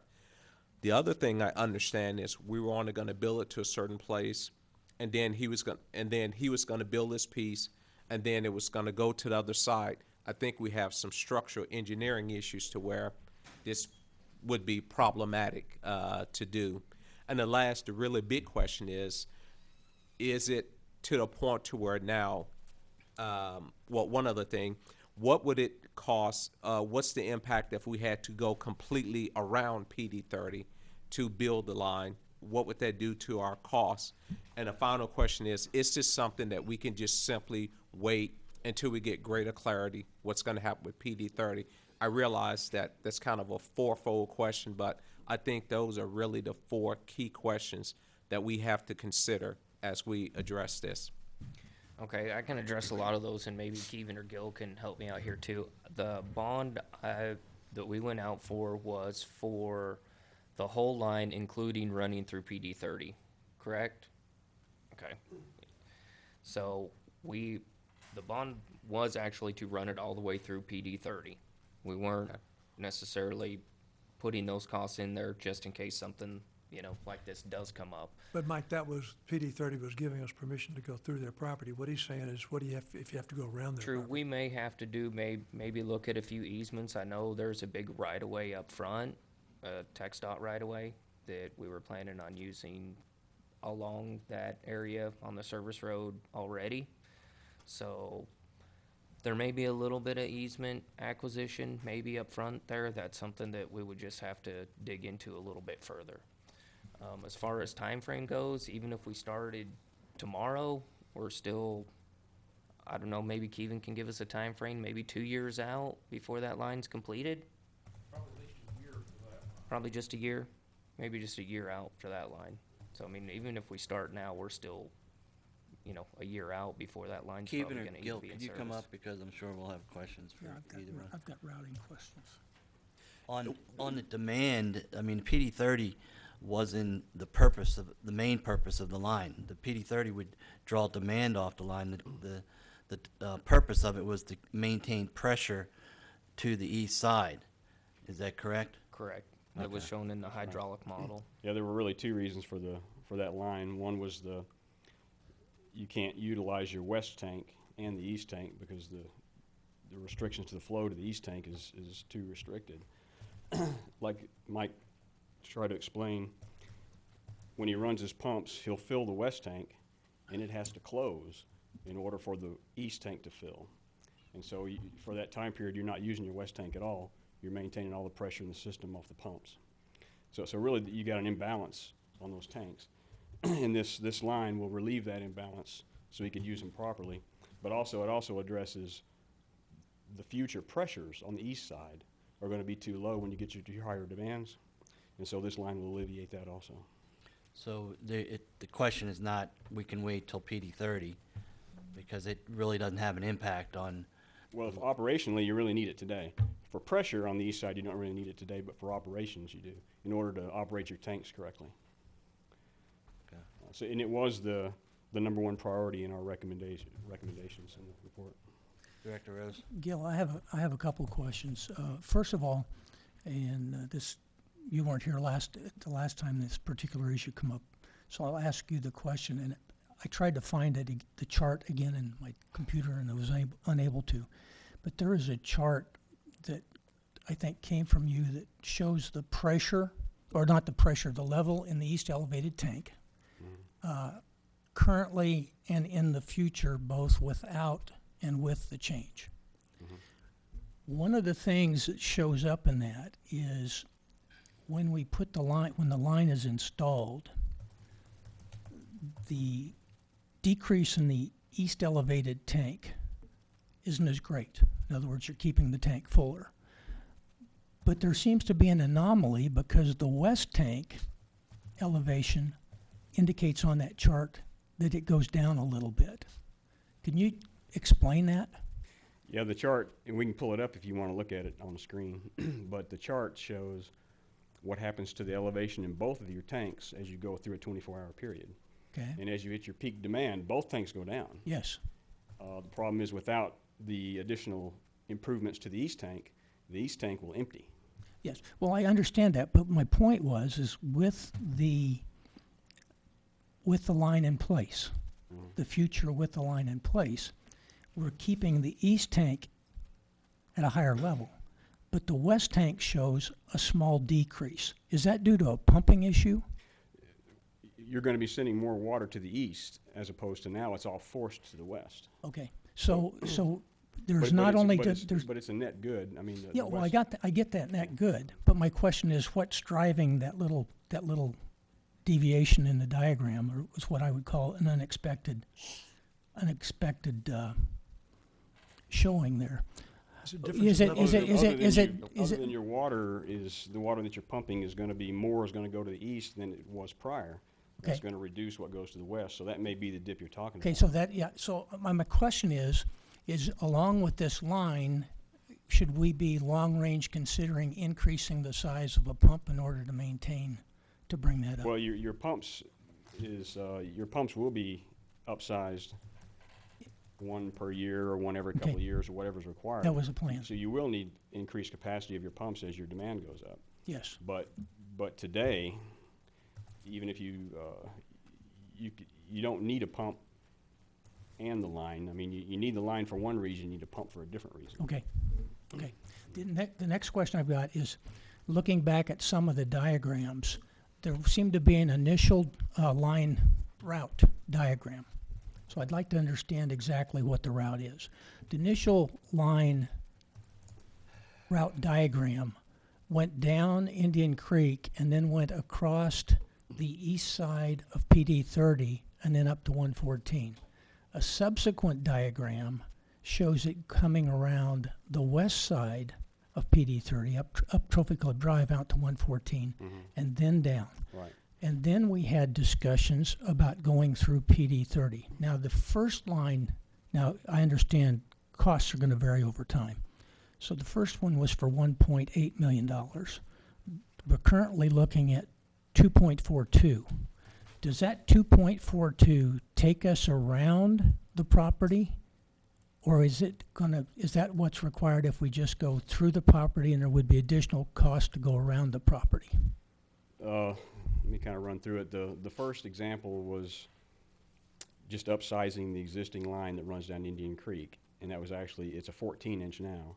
That was upsizing it to an 18-inch and going all the way with larger pipes to the east tank. That was the first option we looked at, and that works. However, as we looked at it, that would be tearing up Indian. Yes, I very understand costly. that. We didn't even come up with a cost for that. It would have been a lot more expensive. I understand A lot that. more time. So the alternative we came to was to go around the west side of PD 30, as you described. So really, we kind of go down Trophy Club Drive. Is that? Yeah, well, I have a diagram that shows us going up the east side, going down Indian Creek, and then making a right-hand turn and going I up. think- But I'm just I trying to can figure hold out, up the pictures. I'm I just think trying to Mike- figure out Mike, exactly you what talked this about does. it, like initially, the first part of it. Initially, we were going to go down, right at the four corners there, we would be going down, let me see, the east side of Trophy Club Drive up to the corner, and then down the service road, I believe. Okay, that's where we were resolved to, right? I mean, we are resolved to that, Yeah. and then going through PD 30 was something that came along later. Yes. So So my when we real first yeah. got these numbers and everything Keith- like that, PD 30 was not even Yeah. an Yeah. option at Yeah, that point. yeah, that's right. The PD 30 was not an option in here, but that came up later, and that did reduce the cost more because now part of the line, which was we're going to be covering in this report, was going to be paid for by the PD 30 piece. So that reduced the cost. But PD 30 was gonna loop their property, from what I remember. We were gonna come in, it was gonna loop around and come out on the 114, is that correct? Correct. What we had in the report was going all the way from the pump station, all the way to the elevated tank. And PD 30 alleviated part of that. Okay, can I just stop? Sorry to interrupt. Jim Thomas? Can't do that. You can't leave and talk to someone in the audience. You can't do that. Okay. Go ahead, Gil, sorry, interrupt. That's all right. I want to make a point here. I asked Mike a question a week or so ago. If we are able to use the piping, and I'm not sure if it already exists or it's yet to be built within PD 30, that they were going to allow us to tap into. But you told me at that time that if we are allowed to use PD 30's piping that they put in, all you have to do is cross Trophy Club Drive, and you're done as far as PD 30 is concerned. Now, are those pipes in PD 30 already in or yet to be put in? No, they have not done anything with Okay. PD 30 yet. And the problem is, they don't know when they're gonna start. So it's going to be considerably more expensive. Instead of crossing Trophy Club Drive somewhere close to the church there, you're going to have to cross Trophy Club Drive, go down Indian Creek to the 114, go down Trophy Club Drive to the 114 access road, turn left, and go all the way past PD 30. We will pay for that entire exercise. Yes, and that was That's what the was in the cost report. I don't know if you can analysis see it from in here. the original water model. Yeah, that's when I Yeah, said. that's what this red is, going all the way to 114 and then Now, turning. is 2.42 going down to Trophy Club Drive to 114 and around? So that's what the 2.42. If we were able to have access to the proposed piping that PD 30 is going to put in for themselves, it would not be 2.42. It'd be something less. Correct. One other thing, we just talked about basically the straight line, but if I remember right, there were laterals that ran off of that line back over to Indian Creek. Yes, in 2 places. Okay, thank you.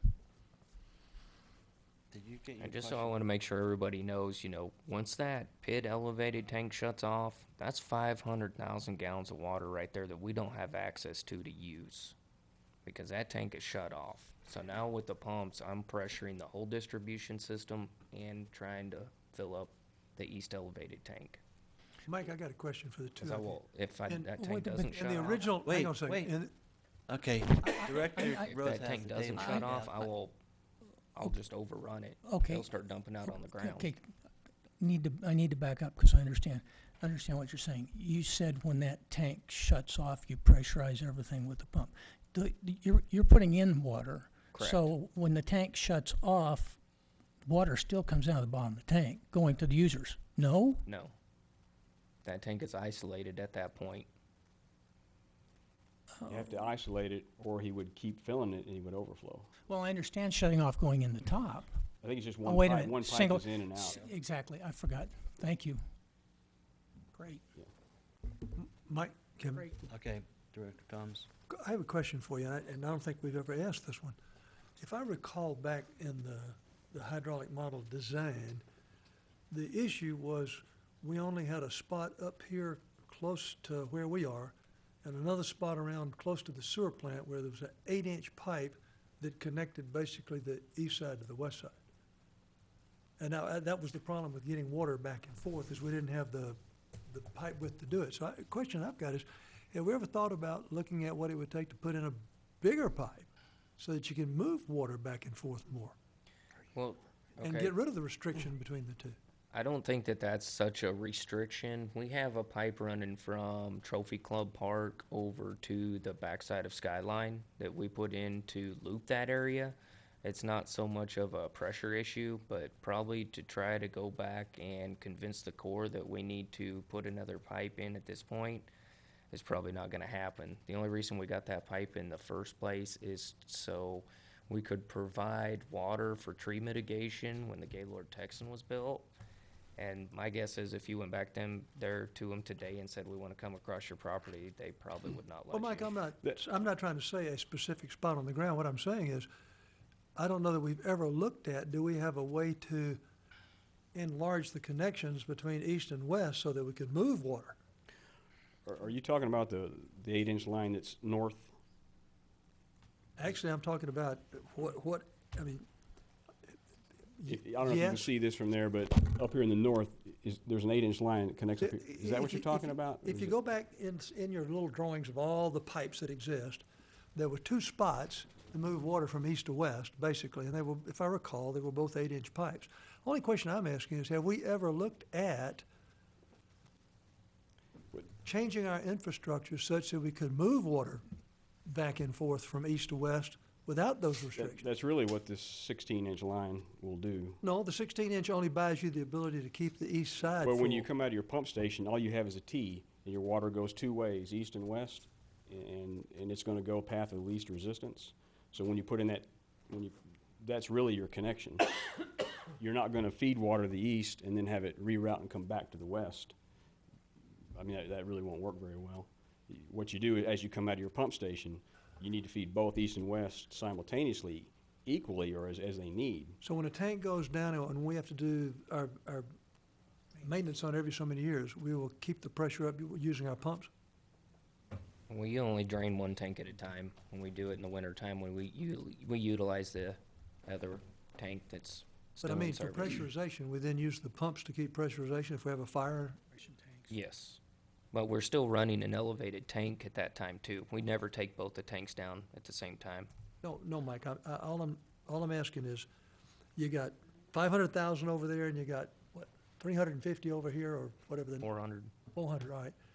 You take the 500 down because you gotta do maintenance on the tank, or there's a malfunction, or something happens to that tank, and you gotta fix it. You're gonna keep pressure on the west side using your pumps, because you're certainly not gonna get it out of this one little tank on the east side. We still, in the wintertime, it's still enough pressure. That In 16-inch, the wintertime, that what if it goes 16-inch down on you line, on July 4th? that 16-inch line does that, though. It allows the water from the east easier access back to the west, back through that big line. I'm asking an entirely different question, and I'm sorry if I'm not articulating it properly. You have don't- now just raised a concern on my part, that if we were to lose either one of these tanks in peak season, how in the world do we keep pressure up in this town? Well, I mean, the pumps will keep pressure on it. We just won't have the amount of storage that we need. I mean, we'll probably be running a lot of pumps continuously. Okay, But when you say we don't have the amount of storage that we need, we've already established that we have many folds more storage than TCEQ requires. We don't have as much as we have decided that we wanted. So I think there's a big difference between, we've set amount 2 to 3 times what TCU requires, but that's something that we want as a district. It's not a need established by statute. So I think we have to be careful when we say what we need, because that implies that we've went below a standard that we have to maintain. Gil, since For the elevated storage, you don't have several fold extra. You have plenty, but you don't have a lot of extra elevated. We're not recommending additional elevated storage, but that's the elevated is the main thing. You want to address the storage, since the door's been open on that, ground storage, elevated storage, whatever storage? Yeah, the elevated storage, that's where the main requirement is, where you have to have 100 gallons per connection. I think that's right. And so you're good until you get, even though you're dividing your east and west tanks with the PID and some complications there, you're good until you get past 4,000 connections on the mud side, which you probably won't get past that. So your elevated storage is probably good. The ground storage is, there's not really a direction on what you should have. It's what you need operationally. And what's your opinion on that? You want to be able to maintain enough water so you don't run out, obviously, and it's hard to put a strict number on that, but your operational philosophy has been to maintain close to 1 day's peak volume as storage, so you can meet that. That's what we recommended. That's a good philosophy, and as you approach a peak, above 7.5 to 8, certainly before you get to 9 million gallons per day peak volume, you'd need additional ground storage. Where are our numbers now, Mike? Gil actually, I don't know, did you bring those up?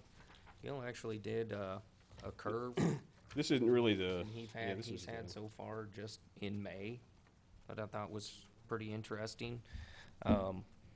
This year in May, my highest day last year in May, I sold at 2.6 MGD, 2.6 million gallons a day. This May, I've already sold a 4.6. What we've seen so far during May is, it looks like it's about doubled. I think, as long as we're going off the agenda, We're not off the agenda. well, it's not, this particular discussion is not covered under the water line. It's up for, Yeah, this is Stay on more, that. we just put this information together from And, current as of the 15th. and I could actually ask, Tony, since you put the language together, is this off the agenda item, off topic? I know that. My understanding is that the board is getting background information so it can make a decision whether or not to proceed with the application of TCT and the other steps associated with the revenue bonds. My understanding of the context of this. yeah.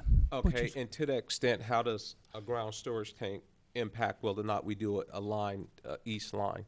How is that impacted? It's part of a project. But it's not part of the project that we're discussing. If I put a roof on my house, that's a project, but it's not relevant to this particular topic. My understanding is the answer to the ground storage tank could be relevant to whether or not the transmission line is necessary. I thought the purpose of the transmission line was to fill the elevated tank on the east side. Did I miss something? Don't you get the water from this ground storage tank to transfer over? Is Yes that and correct, Gil? yes. They're all interrelated. I mean, you could argue it different ways. You need the 16-inch line regardless. If you have additional ground storage, you need it regardless. Okay. And then, but can you get the water where you need it if you don't have enough ground storage? Will you have enough ground storage if you don't have enough coming from Fort Worth? I mean, they're all tied together.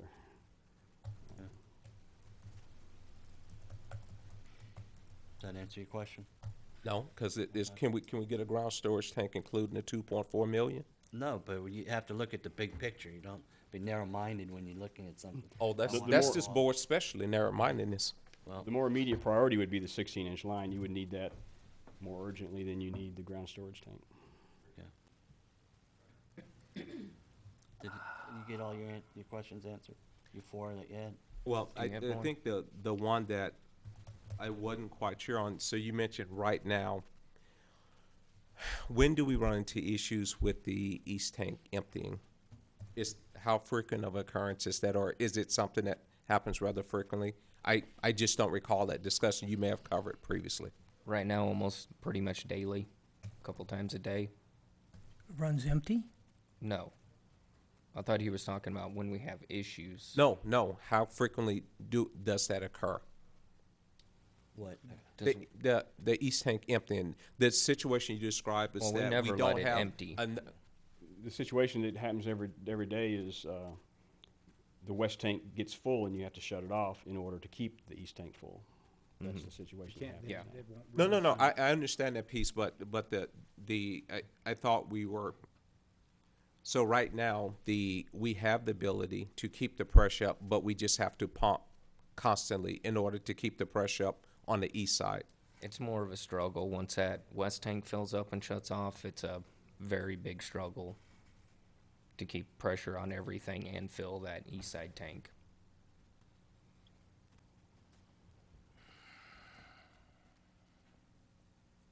Go ahead. Is that all the questions you had? Yeah. Director Rose? I move to approve resolution number 2017-0516. Resolution authorizing the application to the Texas Commission on Environmental Quality for approval of project and bonds.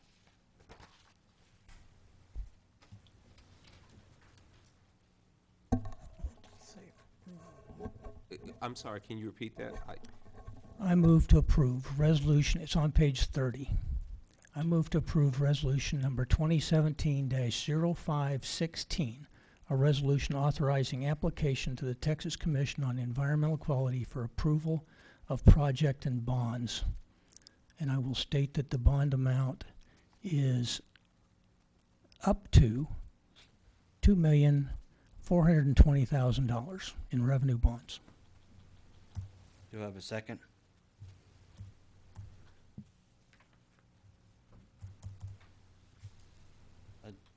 After you get a second, I'd like to hear from the financial people and Tony.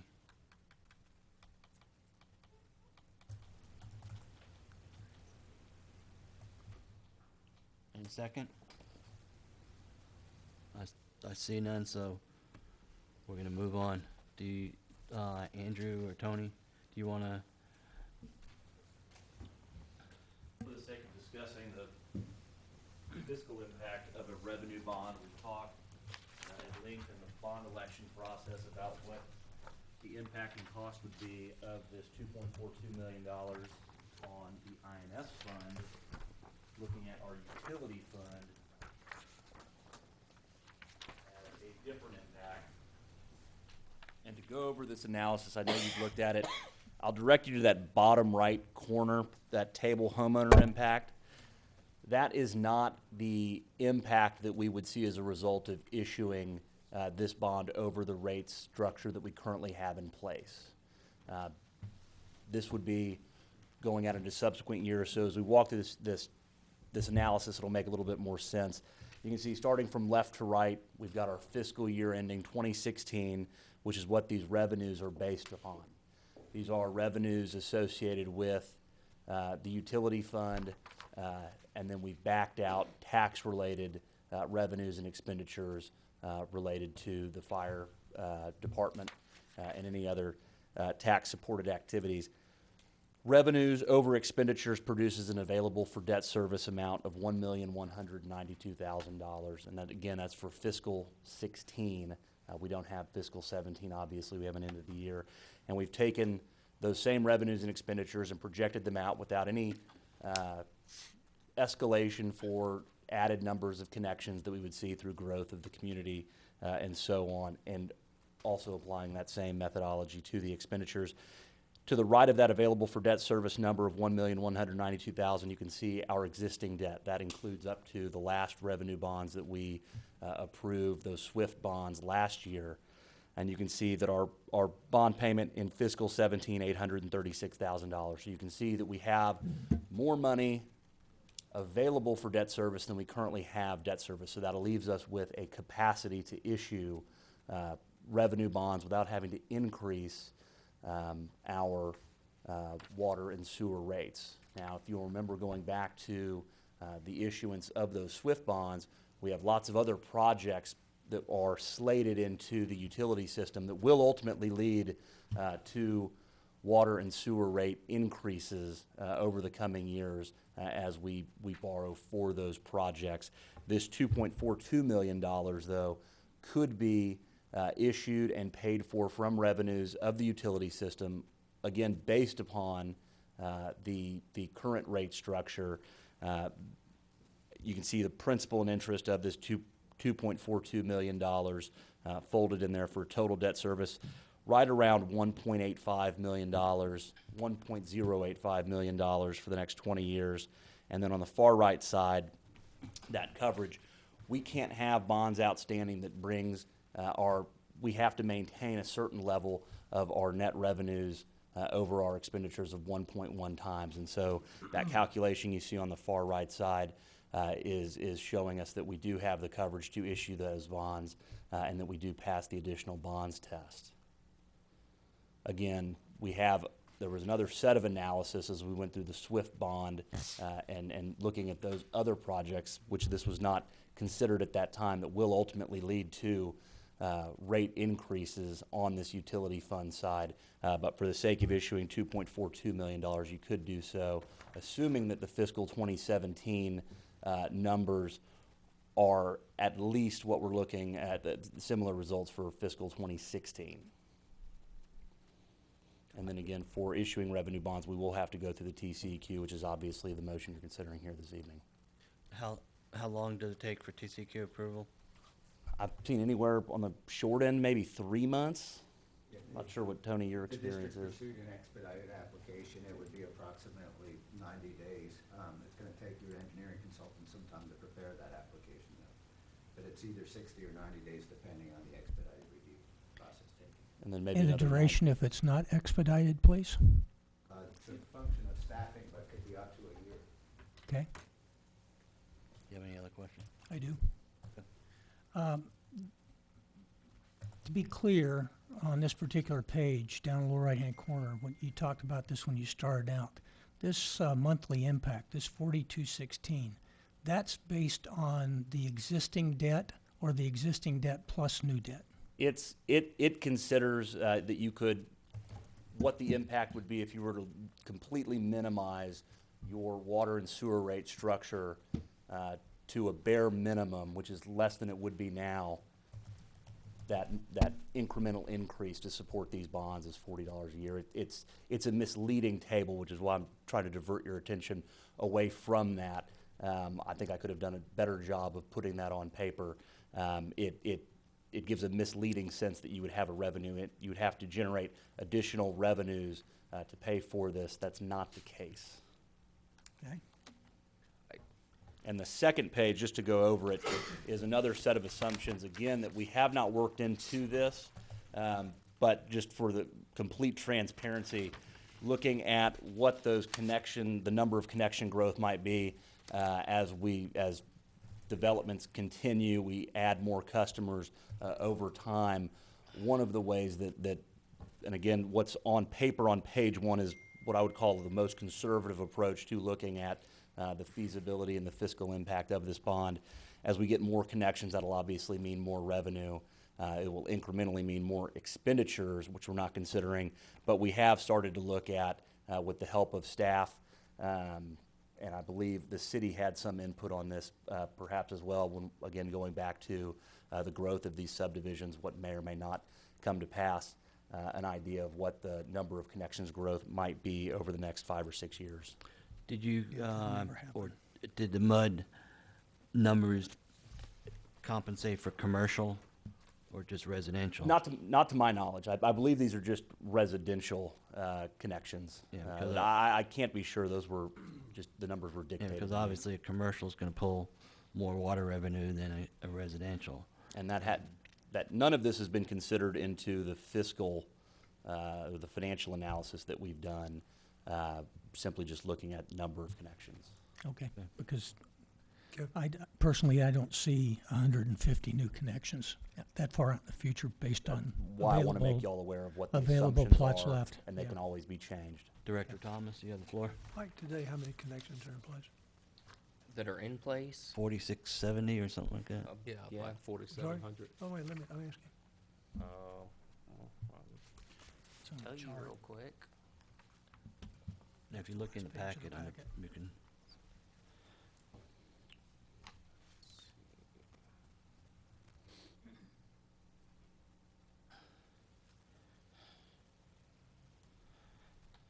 For April, well, that's just the mud. We had 3228 in the mud. I'm sorry, how many? 3228 That's in the mud. and 1442 in the PID. 4670. Lucky guess. I know my numbers. I read this stuff at 2 o'clock in the morning, but I read it. And PD 30 had asked for how many connections? They actually haven't yet. I mean, I think most of PD 30 is not going to be small meters, so they're not going to have numerous connections. For us, it's going to be big meters, big all-at-once system impact. They're probably looking at 6, 8-inch, maybe up to 10-inch meters. Are the departments are going to do individual meters? They may, but they'll do that internally. We won't do that for them. We're not going to sub-meter their water. We'll put in a master meter and they'll sub-meter Gotcha. it themselves. Okay. I have a weird question. If Bill's motion failed to get a second, which means that no one was interested in pursuing revenue bonds, why are we having this conversation? Just to get, well, I think, to me, his motion was premature. I wanted to hear more information. There could be a further motion made on Yeah. the same item before you moved on to the next one. It was just a curiosity question. It just seemed a little odd, the way it happened. I didn't hear from Andrew on the numbers and stuff. I didn't, I just said it seemed odd. Yeah. It seemed odd that he made the motion so fast, but, okay. Any other discussion? Do you have any other information to put out there? Not for me at this time. I will say that you'll see an interest rate assumption in there for these bonds at 5%. In today's market, we'd be probably much closer to 3.5%, maybe even lower than that. Back in January, rates were moving very quickly higher. They've stabilized. We didn't see the Fed raise rates, so they're much lower, which would mean the fiscal impact to be that much less. On $2.4 million, it's not going to make a drastic change in the numbers. Before you step down, let me ask Renee a question. Looking at the top line, 2016, column 1 and 2, that is, assume actual revenue and actual expenditures with a available for debt service. And that available for debt service is not tax-based bonds. It's only revenue bonds. These are only the revenues and expenditures of the utility system. We're not taking into account those general fund items. So we, in that year, 2016, we only had $598,000 worth of debt and $1,192,000 available to pay that debt. Correct. Now, what that available for debt service or those expenditures, we're backing out items such as depreciation, capital outlay. Back out capital outlay, if it comes out of water and wastewater revenue and expenditures? For the purpose of generating that calculation, you back those expenditures out to get there. The idea being that you could scale back capital outlay in order to take on more debt service in future years.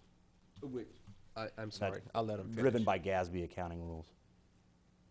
Do you have other questions, Director Hayes? Don't want to interrupt you. No, go ahead. Which to me would imply to say that we wouldn't have, and I understand based on the rules, we wouldn't have to raise our water rates, but realistically, we would have to raise our water rates because there's probably not a eventuality where we're going to go 20 years and not have any capital improvements. Well, that was exactly my point at the beginning of this conversation. Was we through the planning process and issuance of those SWIFT bonds, that $4 million last year, there are 2 other phases of those projects that are planned to be issued over the next few years. I think the next step was perhaps $12 million of bonds that we may sell through the Water Development Board, which would be paid for at least through the planning stages of that last iteration would be revenue bonds. They can always go to the voters as you have for any of your projects, but that was the thinking then. Let me ask you We'll see about water. the expenditure line, the column identified as column 2. You did not apparently make any projection that the cost of Fort Worth water would go up. No, sir. That is not considered in any of this. Again, we're not considering additional revenues we may see from additional customers tapping into the system or higher expenditures for the cost of our raw water. I'll say this, and I don't know how to say it. Given the way the analysis has to be done, it gives us a representation. But I would say this representation, I think there are so many other variables that's not being included in it. It's not representative of what's really going to happen or a reasonable expectation of what's going to happen. Would you say that's a fair assessment? There are many different moving pieces that we can look at. Again, that takes input from you all, from staff, to say we need to include assumptions about what we're expecting in terms of the rising cost of raw water from Fort Worth.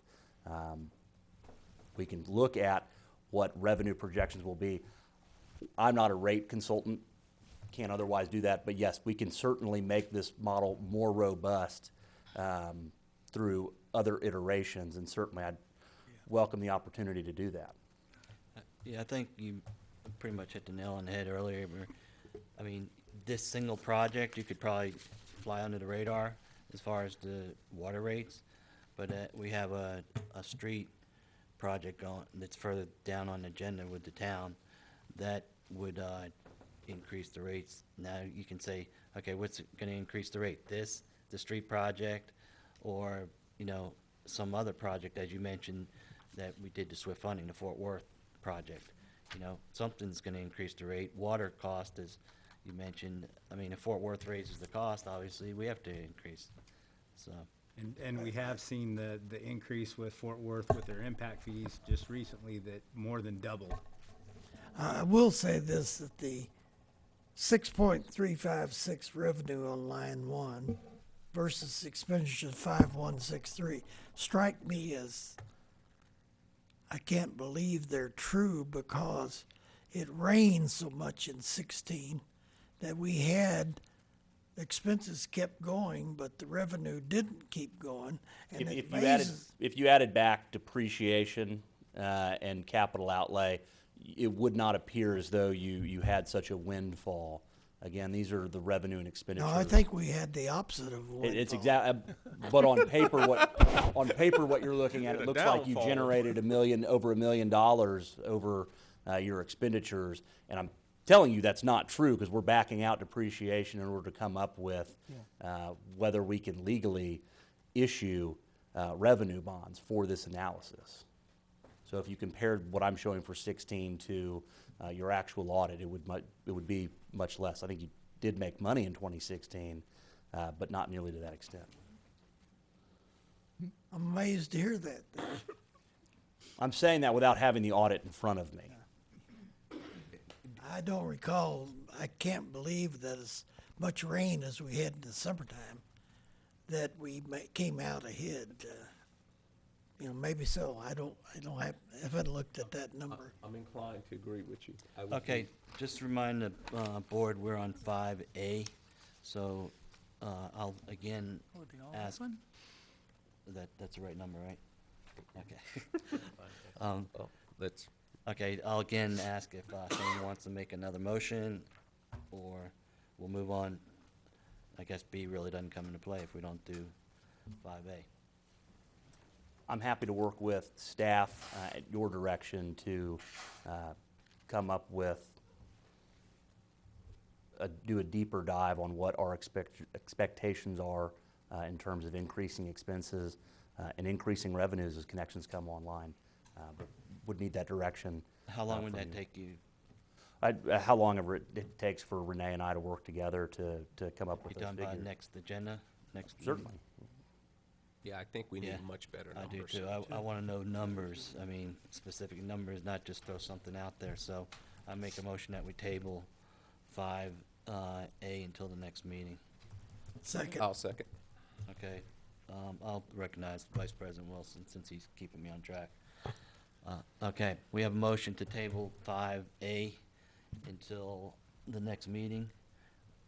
All show of hands, all in favor? Okay, Jim?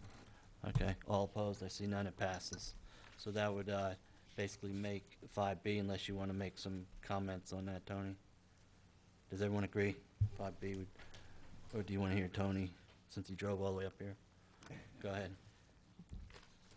No, just to clarify what Andrew pointed out, the purpose of the table he presented to you is in your prior bond resolutions authorizing the issuance of the revenue bonds, you make certain covenants about a coverage before you're authorized to issue additional debt. So the purpose of his table is to allow the board to determine whether or not you're meeting the legal coverage tests for purposes of the issuance of additional bonds. I don't think it was intended to be a snapshot of your actual revenues and expenditures, including depreciation. Instead, it was intended to demonstrate whether you're legally able to proceed with the issuance of additional bonds under the covenants you made in your preceding bond resolutions. So the answer to that is yes, we do meet You meet the coverage requirements. for a revenue bond. I guess just as an aside, from my perspective, I think I heard both your operator and your engineers indicate that there's a project that needs to be undertaken, and obviously the voters have decided not to proceed with the issuance of the general obligation debt. If you're not going to proceed with the revenue debt, then I would encourage the board to consider alternative funding mechanisms, if any, that may be available to fund that project. And it may be a good idea during the next 30 days to speak to your engineers and get more definitive information as to what is your time frame for making sure you have the system improvements in place to meet your projected demands, because there will be a delay preparing the bond application, preparing the plans and specs, going through the bid process, securing TCEQ approval before the project can commence. So I'm just making a general recommendation to the board that you get a firm understanding of what are your time constraints so you can make sure your system improvements are completed in time to meet system demands. And you said best scenario would be 30 days, 3 months, 90 days. Is that correct? Approximately after the application itself is prepared and submitted to TCEQ. Is the 2.4 including the engineering and bond cost and all that, right? Yes. It hasn't changed. And remember, the application to TCEQ, whatever the amount is that you approve in your application, which will be specified by your bond resolution when you decide to adopt it, that's authorization to issue up to a maximum amount. The actual amount that you issue will be a determination made by the board in the future when it considers the actual issuance of the bonds. This is just seeking a maximum authorization from TCEQ. It's not a decision as to the amount that's actually going to be issued. Okay, and this is just direction, so I don't have to make a motion, but I think the direction to the general manager is to get with the finance people, get all the numbers we need, and make sure the engineers are involved to get accurate numbers and timelines. Yep. And Does from the a board timing agree? Bill Rose, do you agree with that? Is there a motion? I'm just giving direction, not a yeah, okay. No motion. Just consensus direction, okay. No problem, I don't hear anything different, so, general manager, you have me marching orders. Okay, do you want to take a short break, since Yeah, 5 minutes, okay. Kevin. Bathroom. Okay, so come back at 8:30. We're going into recess at 8:22 until, we'll say 8:35. Come back. Okay, it's 8:31. We're going to come back into regular session. And Vice President Wilson asked for agenda item 14 to be moved up. Item 14 is conduct a performance review of general legal counsel and take appropriate action related thereto. Mr. Wilson. Okay, on this one, I don't see a need to perform a performance review. Our general counsel resigned, and so there's no need to take forward a performance review. I do think we have some issues that that really need legal attention, and because of I think it puts our existing counsel in a difficult position because another member of his law firm made one ruling which makes it difficult to come to another one. So I guess my motion would be that that we accept our existing general counsel's, legal counsel's resignation effective immediately and appoint Tony Corbett as interim until the RFQ is complete. Okay, I don't think Second. that's not on the agenda to do. Does that have to be on the agenda? Because it says performance review, it doesn't say accept. Yeah, I'm already engaged by the district to provide legal services, so in my opinion, it's not necessary to include that part of your motion. And what about the legalities on accepting that resignation when the agenda says performance review Then it says and take appropriate actions related thereunto. of the performance review? But during a performance review, a person has the option to resign, and Yeah.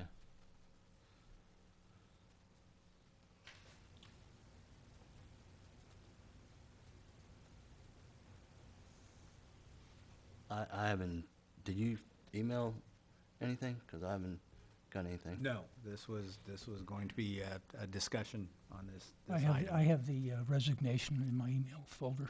You have what? The resignation in my email folder? I did Yeah, You, too. you all received the Kevin, I did too. resignation. I got it also. In what? it was in an emailed email. out. I didn't see it. So. Oh, Yeah. I emailed it out today. Oh, you did? Yeah, he emailed it out today. To ensure compliance with the Open Meetings Act and to eliminate any doubts, my recommendation would be. Tony, you need to come up to the microphone. Yeah, sorry about that, Tony.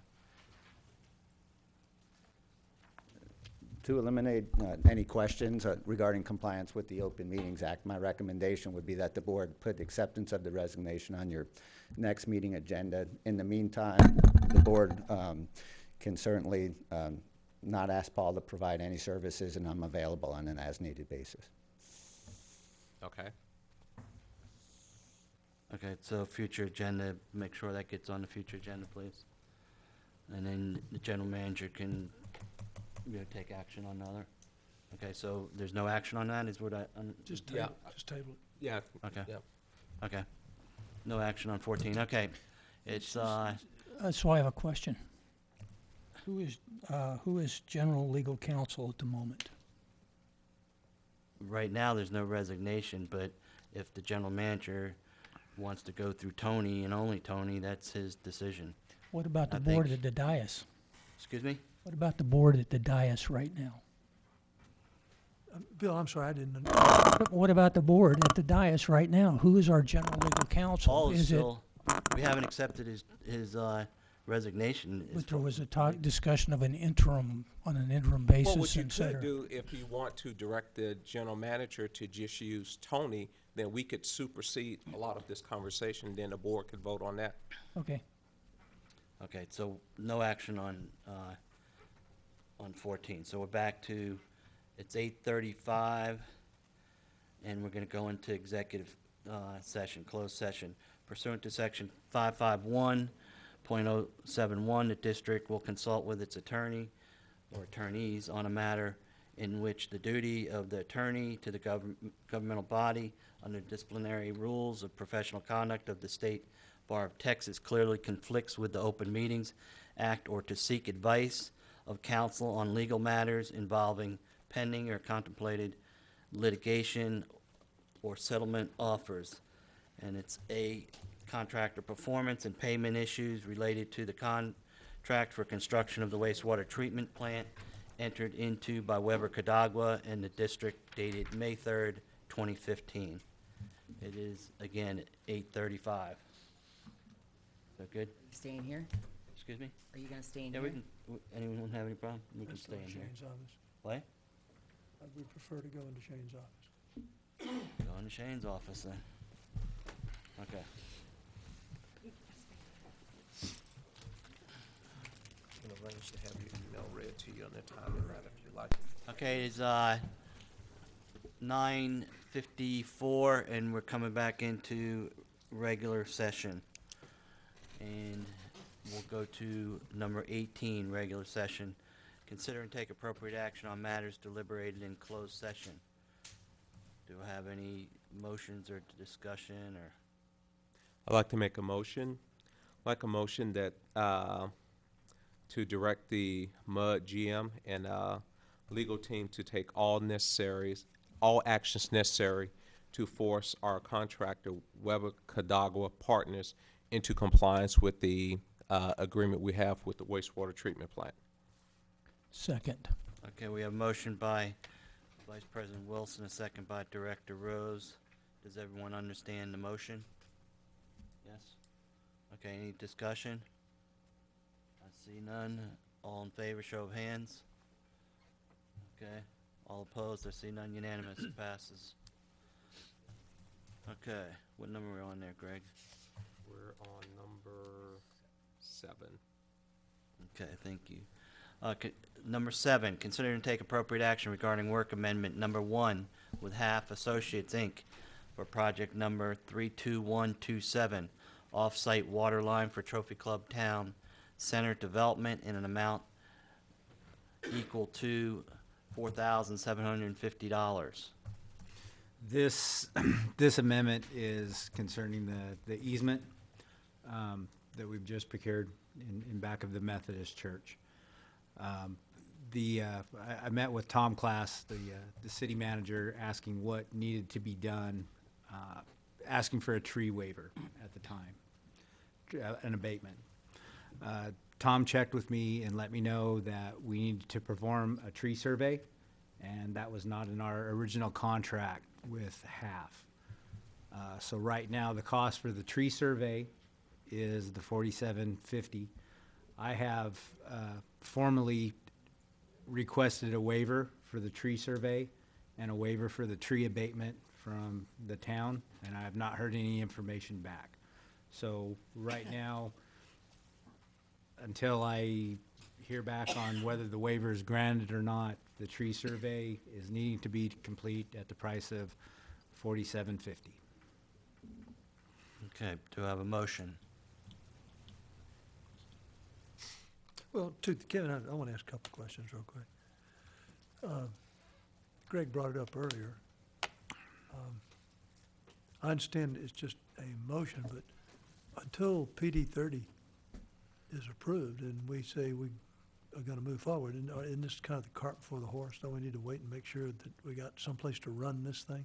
And number two, we're approving funds before we wait for the response back from the town manager to change requests. I think with carts before the horse. Well, there's two options. You can either do I would nothing. I'd recommend we table this until next Yeah, meeting. or you can just say, okay, leave it up to the general manager's discretion. And then you don't have to do anything else. But Mike, where are we at on this? Right now, the holdup is the tree survey. Okay. We've got 100% plans. Is We're there, ready to go out for bid for the project whenever it's deemed necessary. Or okay, so this isn't holding anything up. well, we can't move forward without the tree survey right now. This Bids? is Or the bids, waiver. anything. I mean, because we need to know what the tree survey is going to come back. If we need to do I'm sorry, what bids are Tree we holding up? mitigation. I'm sorry. Well, I mean, if we want to go out for the project to bid, I mean, this is the next step. But that's not going to occur till next month anyway, Yeah, we just. Yeah, earliest. yeah, I'd recommend we table this to next month. I would concur with that. Okay, so is that a motion? Yes. Okay, we have a motion to table the item. Second. Okay, we got a second by Director Rose, motion by Director Thomas to table. Everyone understand the motion? Okay, all in favor, show of hands. All opposed, none. It passes unanimous. Now I guess we're on 8, right? We're on 8. Consider and take appropriate action regarding district capital improvement program for repair and replacement of infrastructure assets. As directed during our last meeting, this pertains to the town's capital projects and what we deemed projects needed to be and what kind of funding we would look at doing.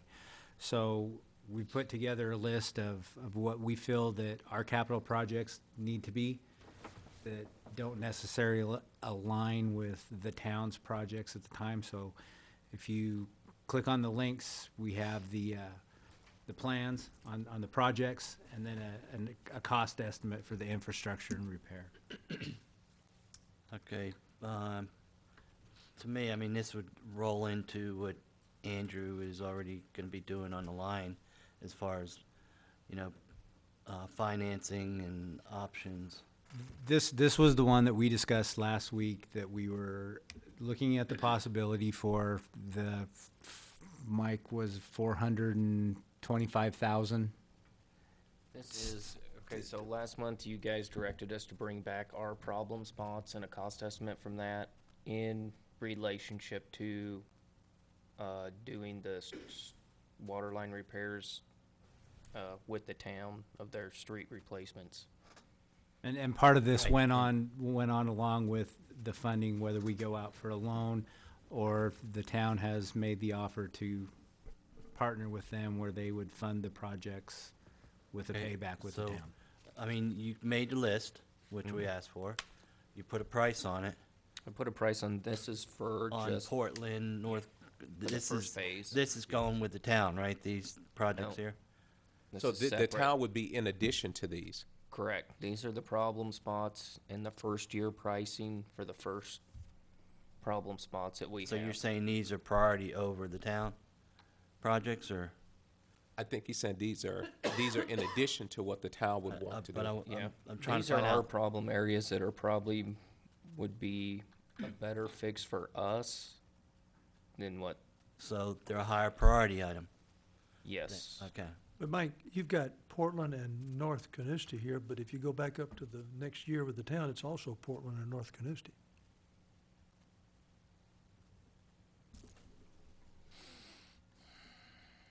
You know, the capital improvements 5-year plan, streets to be repaired. That's from the Isn't that town, tied- Isn't correct? that tied into the town's 5-year plan? I don't think so.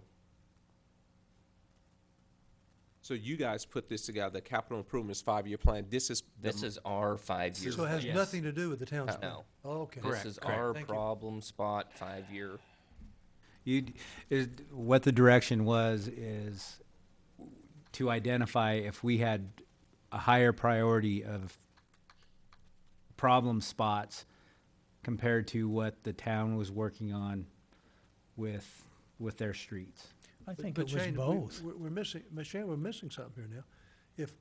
If we're gonna work with the town on when they gotta tear a street out, we need their plans as well, so, and so we know what the cost is to us, because it's gonna be a number a lot more than this $339,000. Yeah.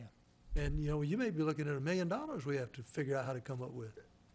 That's a cost estimate to repair water lines. We have to go through a cul-de-sac, go through driveways. No, Mike, I understand what you've given us. Yeah. What I'm saying is that I had understood that Shane was gonna get with Tom, and he was gonna look at, as a matter of fact, I think Bill had suggested it, that we look at the town's 5-year plan as well, and see what that's gonna cost us on an annual basis, so we can start thinking about and planning for it now. That number is missing. Let me ask you this. I think we I need clarification. These 3 projects that you've outlined here do not require you to dig up the street. Is that correct?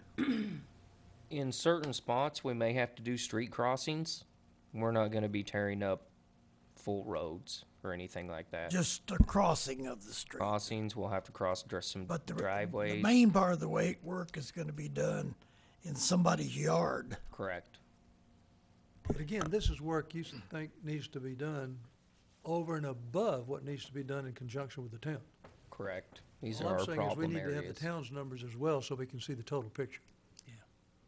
I concur. So what we need, just to clarify, is Well, and we don't have to do all of these this year. I mean, last time we were directed to bring back a price for some of our problem spots to see kind of Okay. where you guys wanted to go with this. yeah, I'll leave it up to the board as a whole to decide, but I think we need these items. This is a good list that you have. Then you need to put the town's list up there in a chart, and then you need to prioritize what you think we can do next year, what you think can hold off. Yeah, give us what then- your recommendations for year 1, 2, Right. 3, 4, 5, Then and we then can the figure out- costs associated Yeah, with then we it. can figure out how we're gonna pay for it. And then find out how much you need to pay for year 1, year 2, and so on. And that's where I said you may want to get Andrew involved in it, you know, to put the numbers together. Go ahead, Mr. Rose. I have just, you have your list, okay? Tell me why Portland Drive is on it. I don't know. We What's have the had problem? Numerous main breaks on Portland. I don't, Is it AC pipe? all of these roads are AC pipe. Okay. Is that where it goes down? Portland it comes from Sunset to Wilshire. Yeah. Is that where the guy lived on Sunset, where all the breaks and stuff he was saying? The guy was here No, earlier. that guy actually lives on the cul-de-sac of Sunset, and I kind of want to speak up and say, well, we've got that as a capital repair this year. Yeah. That's in our capital budget to go across that cul-de-sac because that has been a big problem area. But Portland has been too. I don't know why. I mean, we've probably had at least 6 main breaks on Portland, and it's not a real long street. I don't know if it's a Okay. ground or just piping issue or what. North Carnoustie, same thing, same issue? Same issues. Lots of breaks. Okay, what's the What's temporary temp water? What's temp water? Is that just to put in a temporary water while the projects are going on? Is it Correct. is it Usually- associated to both projects or just one project? Both projects. Okay, so you're looking at this as one unit. One unit. Got it.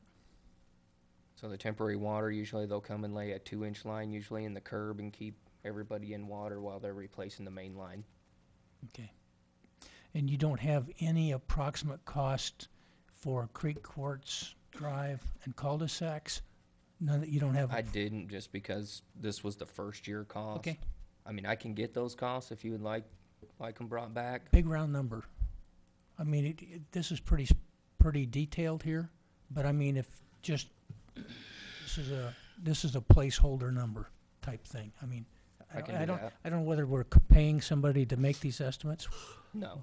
Okay, well, in that case, if there's no cost to get an estimate at this point, it's nice to have a placeholder number that's close. Because, as we've said before, we have got to look at our future costs. Okay, you know what you need, Mike? Yes. Thank You know you. what we need? Yep. Shane? Yes. Because I have no idea, but okay. Okay. So no action on this one, other than tell them what we need? The only thing I would ask is, I know the engineers for the town and everything, they are asking me all the time if we are moving ahead with their project. So I'm assuming it's coming down to probably almost their cutoff time. So you're talking about the tree mitigation again? A decent. No, about No, the town capital Oh, okay, projects for okay. the year. Because which didn't we need like June? I mean, it was coming up very, very quickly. They haven't given me a date, but every month they're wanting an update. Well, we should be starting the budget process now. We are. Okay, so hopefully everything will roll together in June, Okay. if Now, not July or August. September. Well, yeah, but we're talking about a budget for next year. Yeah. We're talking about expenses for this fiscal year. Yeah, they're capital projects that they are going to expend for this year.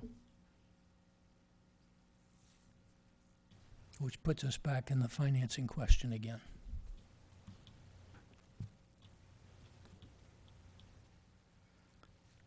Shane? Here again, we have the options for going out for a loan, and we have the rates from the two banks, and that's why we were directed to find our more problem spots compared with what the city's doing to look at the funding. Next month, come back on the agenda and give us Yep. your recommendations. We'll have them, yep. Is everybody good with that? Yeah, obviously, we've got to figure funding in the short term for the projects that we're looking at this year that Yeah, need to be done. that's what he's gonna come Yeah. back with. Yeah. Okay. Propose, disconnect, reconnect.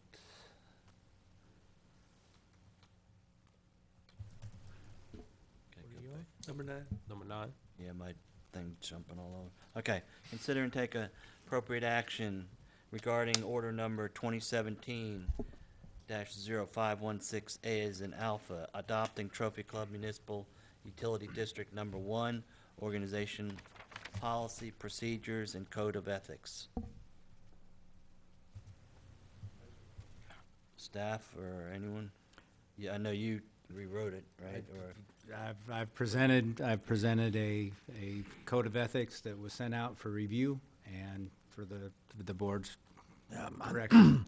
I looked it over, it's good, it looks good to me, so I'm gonna make a motion that we adopt the proposed, what's it called here? order number. Policy and procedure and code of ethics for order number 2017-0516A. I'll second for discussion. I have Okay. two things, Kevin. Okay. If you'll go to, in the document, if you go to 1.3G, it ends with the words "or qualifying as a director." I believe those 5 words need to be deleted, and the period would go after commercial business. It makes no sense. It says, "A director shall not be a party to a contract with a developer of property in the district relating to the district or to property within the district, parentheses, except for contracts limited solely to purchasing or conveying real property for permanent residence, comma, or commercial business," then it says, comma, "or qualifying as a director." Can you, Tony, you gotta come up to the microphone.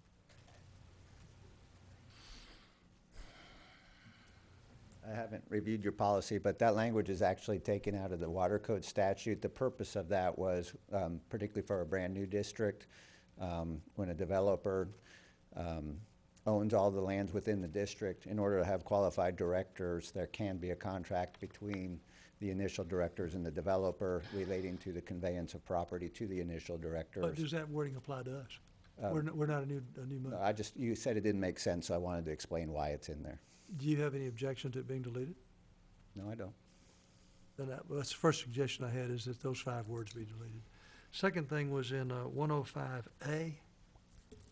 It says a director, and by the way, these are just editing changes. I like what Shane did. I said, a director who is financially interested in any contract with the district, or a director who is an employee of a person who or firm which. Is that correct wording, Tony? I'm questioning the word who, a person who, versus a person or firm.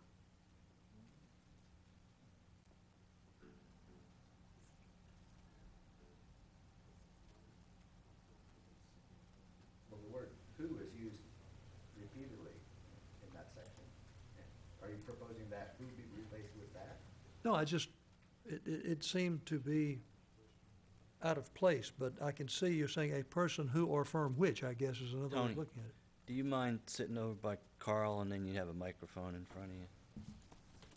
Thank you.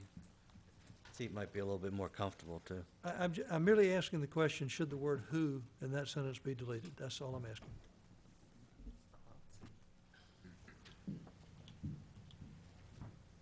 And that's only 2 things I have.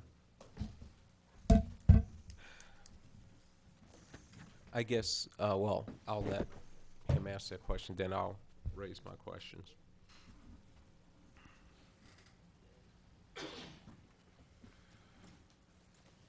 I think the first who could be deleted and the provision would still be grammatically correct. The second who in the first line either needs to remain, or you could replace it with the word that. But you should not delete the second who in the first line, if that's your question. No, my question was, in the second line, employee of a person who or firm which is, versus saying employee of a person or firm which is. Yeah, I would delete that who. Okay, those are my 2 suggestions. Okay. Vice President Wilson, you had something? Mine would be on 1.7. I think it's incorporated something that I think is vague when I read that. I still don't know anymore. It doesn't mean anything. It's a generic statement that says a director should not hold another officer position where one officer is accountable or subordinate to the other one, or where there's an overlap of power. When I get through reading that, I still have no idea what that means. And so I don't think that's a standard that the board could apply to anything, because it doesn't, in my opinion, it doesn't mean anything. It doesn't offer any clarity.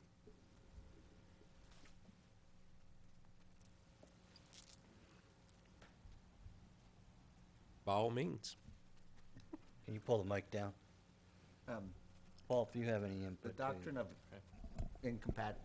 incompatibility is a common law doctrine in Texas law, which is kind of applied on a case-by-case basis, and there's certain situations where, by definition, it's incompatible office. For instance, if a person served on the governing board of 2 taxing districts with overlapping territory, Texas law is clear that those are incompatible offices, and you cannot do so. In other cases, it's a case-by-case determination where generally a governing body will request the Attorney General to opine as to whether or not the 2 offices are incompatible. This is generally a statement that kind of reflects the analysis that's undertaken by the Attorney General, but certainly we can try to clarify it in a way, or just state that and this doesn't tell you much more, but a director shall not hold incompatible offices as determined under Texas law. Be very good. Is it possible to stipulate, just so we don't get into a situation we are now, where we limit this to positions where the Attorney General has stipulated that there's an office incompatibility? Because personally, I would not want this board wasting a bunch of time having debates back and forth whether or not something is incompatible. I think it's best to let the Attorney General decide the matter, so you can make sure there's never any political, where it never becomes anything that's determined on a local level. Yeah, and it's not the proper role of the board to determine what is incompatible under Texas law. That's a judicial determination or a determination from the Attorney General. Certainly, we could include some language that any director who believes that another director may be holding incompatible offices shall report such matter to the board of directors, who may determine whether to seek a determination from the Attorney General of the state of Texas as to whether or not the offices are incompatible. And that way, the full board can consider whether or not to seek a request, and if they do so, the AG will make the determination. If the full board chooses not to do so, then that's the end of the issue. The only thing I was going to add is that Texas has this doctrine of incompatibility that you can't do away with. We can't take section 1.7, delete it, and say, okay, well, that doesn't apply. But when I look at this section that's in here right now, it doesn't add additional duties or requirements that aren't already in existence under Texas law. And I agree completely with Tony that the way that you resolve those issues is you seek an Attorney General opinion and let them decide, unless there's already one out there that is directly, on point. So this section right here, 1.7, does not in any way expand or limit what is already within that doctrine under Texas law, that the Attorney General would be the one who would make that appropriate determination. And I appreciate that comment, and the point I guess I want to make is, we have an instance of where this determination was made outside of the Attorney General, and it's viewed to be binding by this board unless the Attorney General renders a decision otherwise. And that's where I have the issue, because I don't think it's this board or its legal counsel's responsibility to make this decision and then say now it's up to the Attorney General to disprove the determination that was made. That's the issue I have with it. I'd prefer to have, if the Attorney General says it's incompatible, then it's deemed to be incompatible, not someone else makes a decision that it's incompatible, and then it's up to the Attorney General to have to overturn their decision. I agree with that completely. So, okay. So I guess what I'd like to get is, does the board agree that since the Attorney General, unless the Attorney General has specifically stated that something is incompatible in a ruling, in a judicial hearing, then that is not incompatible? Am I hearing? That's what I interpreted the attorney saying. Oh, well, that's not what I'm saying. That's I think a different question. You have Attorney General rulings already out there that where the questions have been posed, specifically dealing with any kind of dual office holding or incompatibility, where they've said, okay, in this instance, with these certain set of facts, this is our decision. And then there's other situations where you can't take that and glean from that, okay, well, it must mean that this is incompatible, or it must mean that it's not. You have to ask the question again to the Attorney General. You have to ask them that question on whether they make that determination under specific fact scenarios. And I agree with you. What I'm saying is that my position is that rather than a board or this body making a determination that something is compatible based on the set of facts that they think, that we wait specifically for Attorney General opinion, and unless that is given, then the position is assumed, kind of like the assume innocent until proven guilty, not assuming guilty until the Attorney General proves you innocent. You have to seek and ask for the determination by the Attorney General. They don't automatically do it. And so like what Tony was saying is, you could have a provision here where the board decides as a group do we go ahead and ask for that opinion to be sought or not? Okay, I think we're talking in circles. I guess what I'm saying is this. So then it's the logical assumption that until the Attorney General offers a opinion that says two offices are incompatible, that the offices are not incompatible until the Attorney General opinion says something else. I don't think you can say that because the Attorney General does not issue a decision unless they're specifically asked about that particular fact scenario.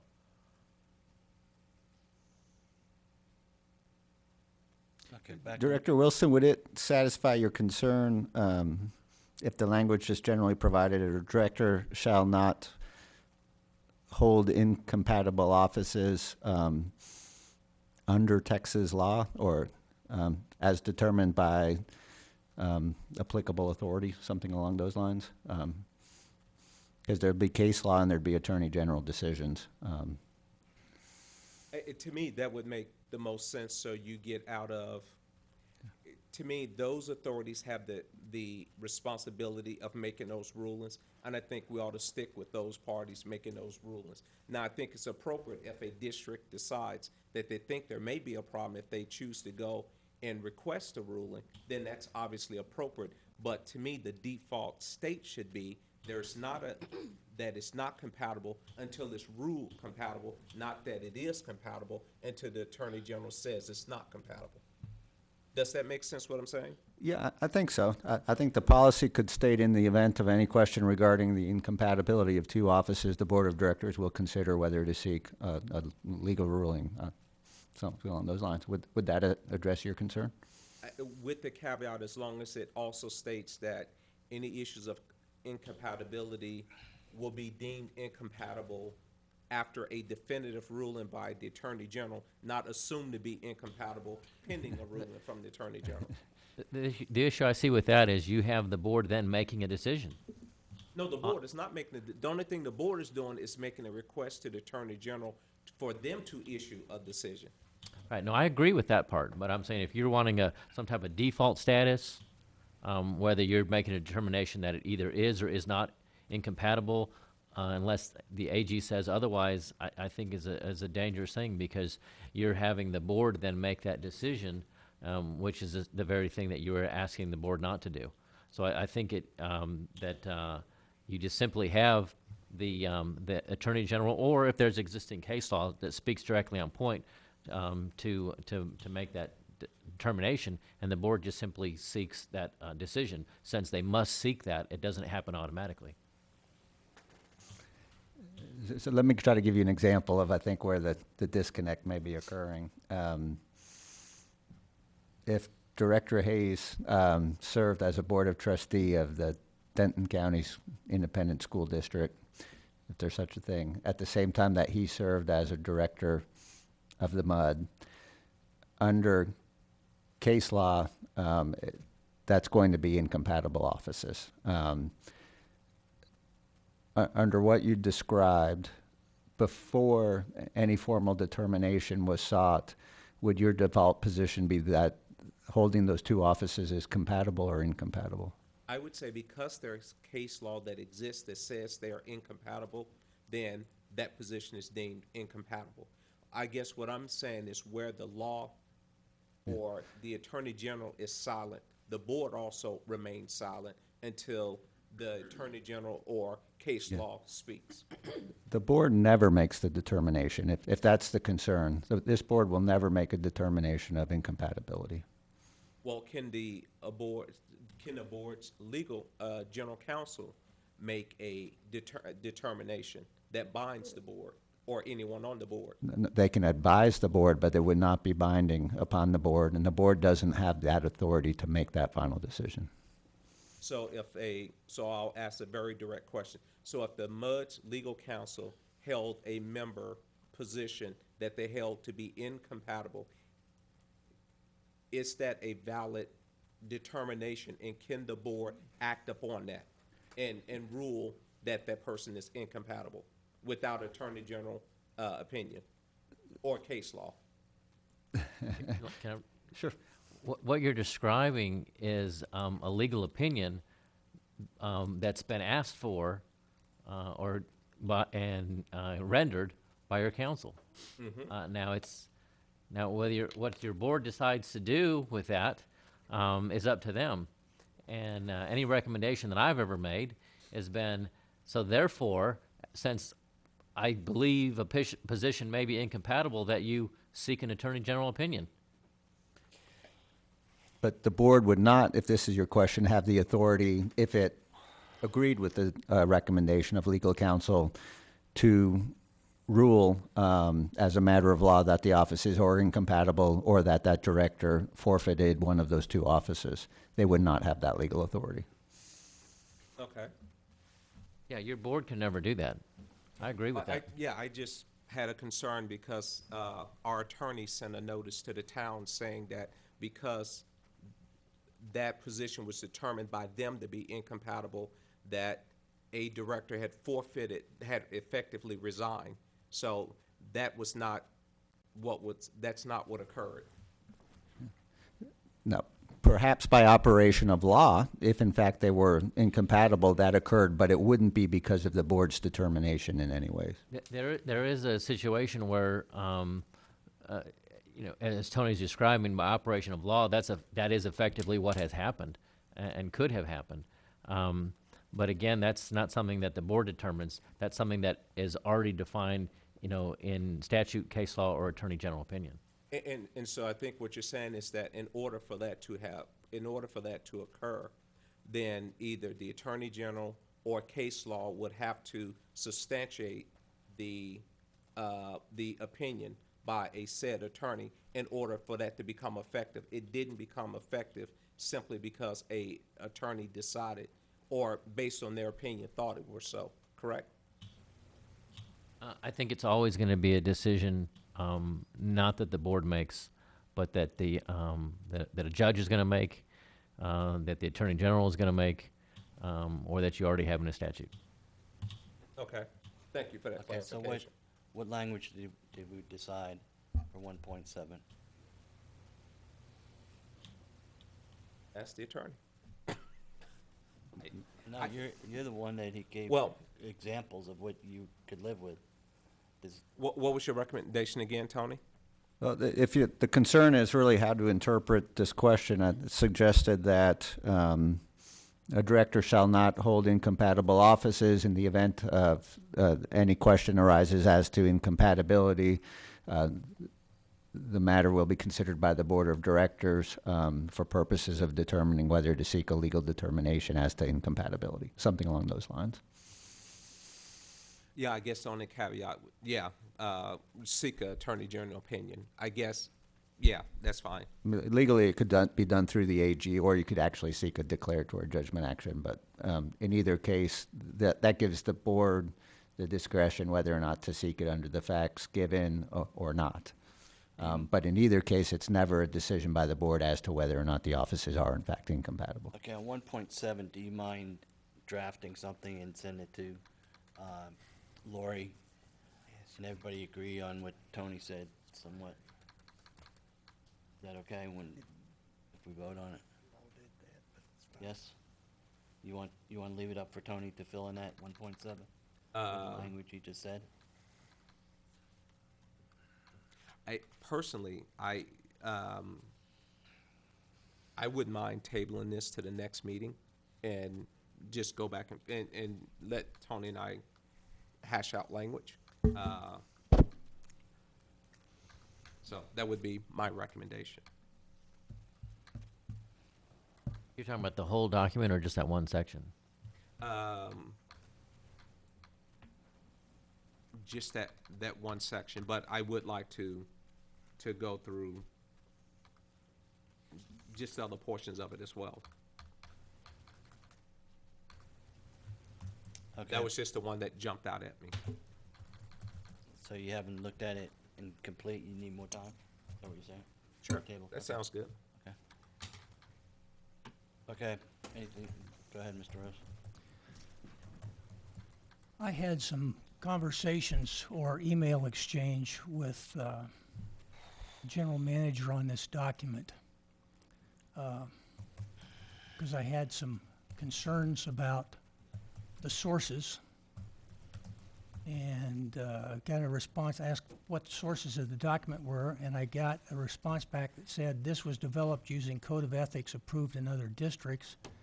And then I wrote back and said, okay, this is about transparency. What districts, who did the research and work, and can you provide links to the source documents? The answer I got back was Newport Mud and Greater End. So I went to those two links, and I also asked him who'd done the work, and he said Lori provided me with the Newport Mud information, and I found a few others online. I reworked the Newport Mud document and sent this document out for directors to review. Okay. The Greater End is located in Houston, and it is not a MUD, but a management district. The Greater East End Management District was created in 1999 by the 76th Texas Legislature as a tool for economic development and revitalization of the area. In your research work, did you find any other MUD that was using this document? I did not. Okay. As I looked at the document presented, I noticed that we are accustomed to having captions at the top, the legal whereases. All of those are missing on this presentation. My question is, what happens to the current ordinance? What ordinance? We currently have an ordinance that started this process almost a year ago. And at that time, the board said, what we want to do is we want to go into the Water District Management Financial Management Guide. We don't have ordinances. Well, okay, That was my question. okay. Ordinance? Well, You copied from the charter, that now, had okay, ordinances. what, resolution? Okay. now we're Resolution, talking. okay? Said we would use Appendix J out of the Texas TCEQ guide as the plan for moving forward with the document. So I took a look at that, took a look at the document, and what I found as I went through it, first of all, I'd like to know, let's see, what's different between this document and the current document in force? I let you know that on the email, and as the change was put out, section 1.2 was taken out. I deemed this as a document that met the Texas Water Code and deemed it what I needed to present to the board and for the direction for the board to take action. Okay, but my question was, what is different between this document that we have before us and the current document that we have in force? I did not see a great deal of difference between the current document, and I could not come to the understanding of why the current document needed to be changed. Okay. And you mentioned changes, okay, so you reviewed the Newport document, used it as the primary document, and and you made two changes in it, correct? Correct. The first change was section 1.2, dual office holding, was extracted, and it says, directors shall not hold or exercise at the same time more than one civil office of emolument. Can't say the word. Can you tell me why you took that out? Because there had not been a ruling, because there has been an item on this agenda for months with Director Wilson's compatibility sitting on two different boards. I took that out because of the doctrine of incompatibility being left in there, and there had not been a decision made on holding the two offices. Okay. Would you say that all remaining items in this document, other than those that Director Thomas has brought up, would make this document current and correct for our MUD? That is why I presented it to the board. Okay, good. So let's look at section 1.3, director qualifications. I'm going to lean on Tony on this one. When I look at the water code, chapter 49, provisions applicable to all districts, section 49052, disqualification of directors, I find that this document here is basically generated around that particular section.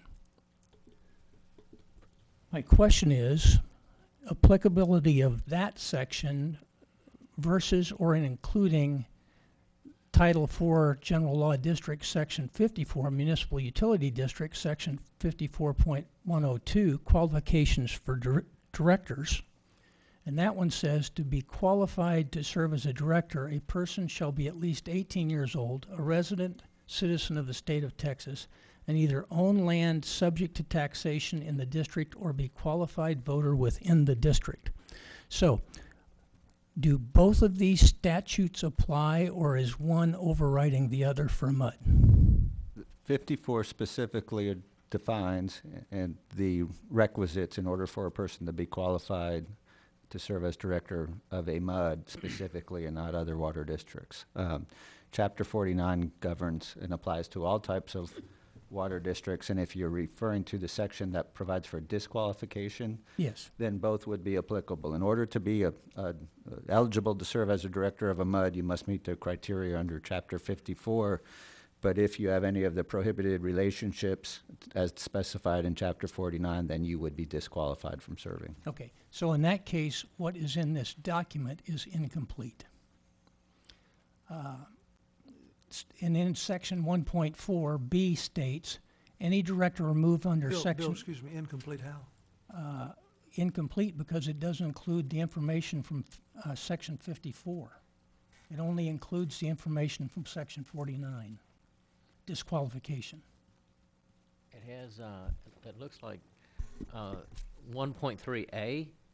Doesn't that mirror 54? Does it? Point 102, because 54.102 talks about you have to be at least 18 and a resident of the state of Texas.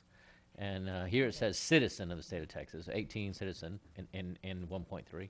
And then it talks about 54.102, it says you have to, and either own land subject to taxation in the district or be qualified voter within the district. Yeah. And that language is exact. So the only difference I see between these two is that it has the word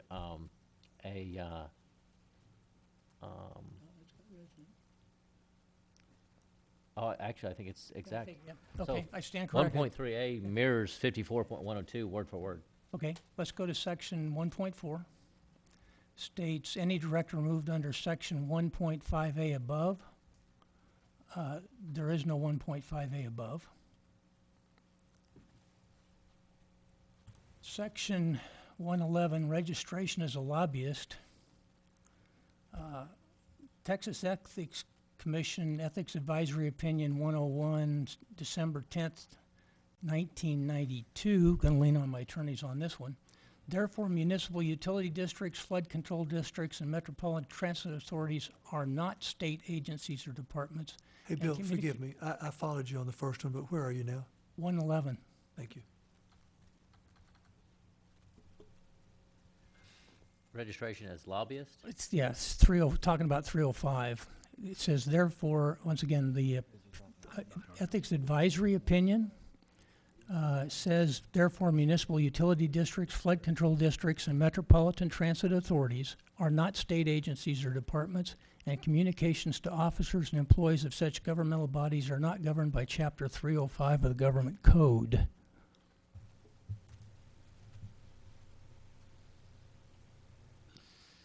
Okay, section 2.2, fees of office.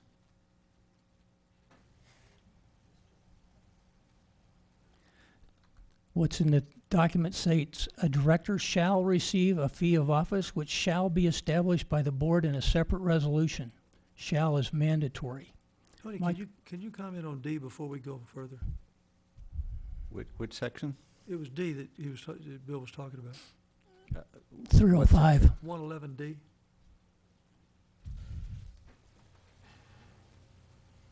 B as in boy? D like in Delta. Isn't that right, Bill? Yeah, let me go back up to it. I A think it was person D. commits a criminal offense if the person intentionally or knowingly violates a provision of Chapter 305 Texas Water Code. I think that's Yeah. what Bill was talking about. Texas Government Code, yeah. Texas Government Code, I'm sorry. The Ethics Commission advisory opinion was number 101, December 10, 1992. If you're asking whether I'm familiar with that advisory opinion as I sit here, I'm not comfortable answering that, and I'd like to review the opinion, see if it's still current law, and then get back to you. Okay, section 2.02, or 202.2? Bill, to back up, on that 1.5A, the above is just the wrong language because it's actually below. Is that correct? No, actually, it's the wrong section. Because it's on page 38. It's 1.5A is actually below the No. 1.4 that it's written in. No, what happened is when he removed when he removed the 1.2, everything moved up one number, and he did not change that particular item within that one. It all stays within So it's 1.4. above, it's actually supposed to be 1.4A? Supposed to be 1.4A. It's supposed to be Okay. 1.4A.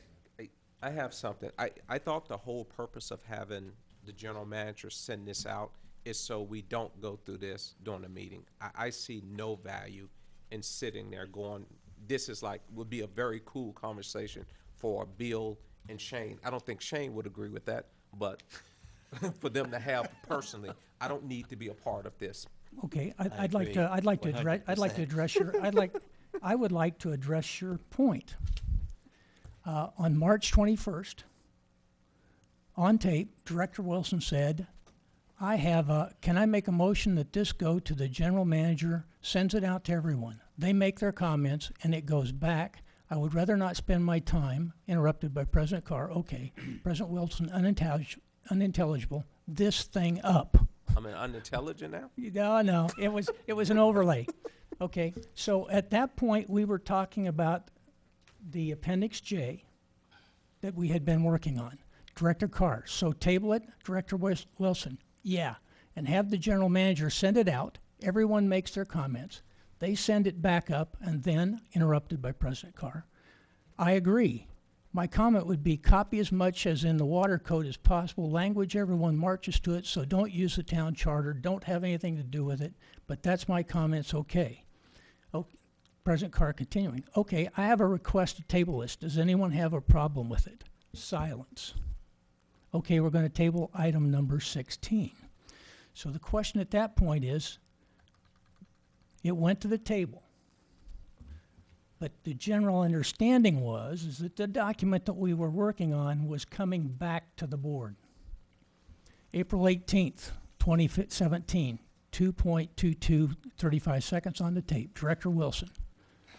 Were there other items that we tabled that needs to be moved forward? Director Thomas. Yes. Okay, I'm Yeah. gonna stop this right now because we don't need to go back to multiple minutes and stuff.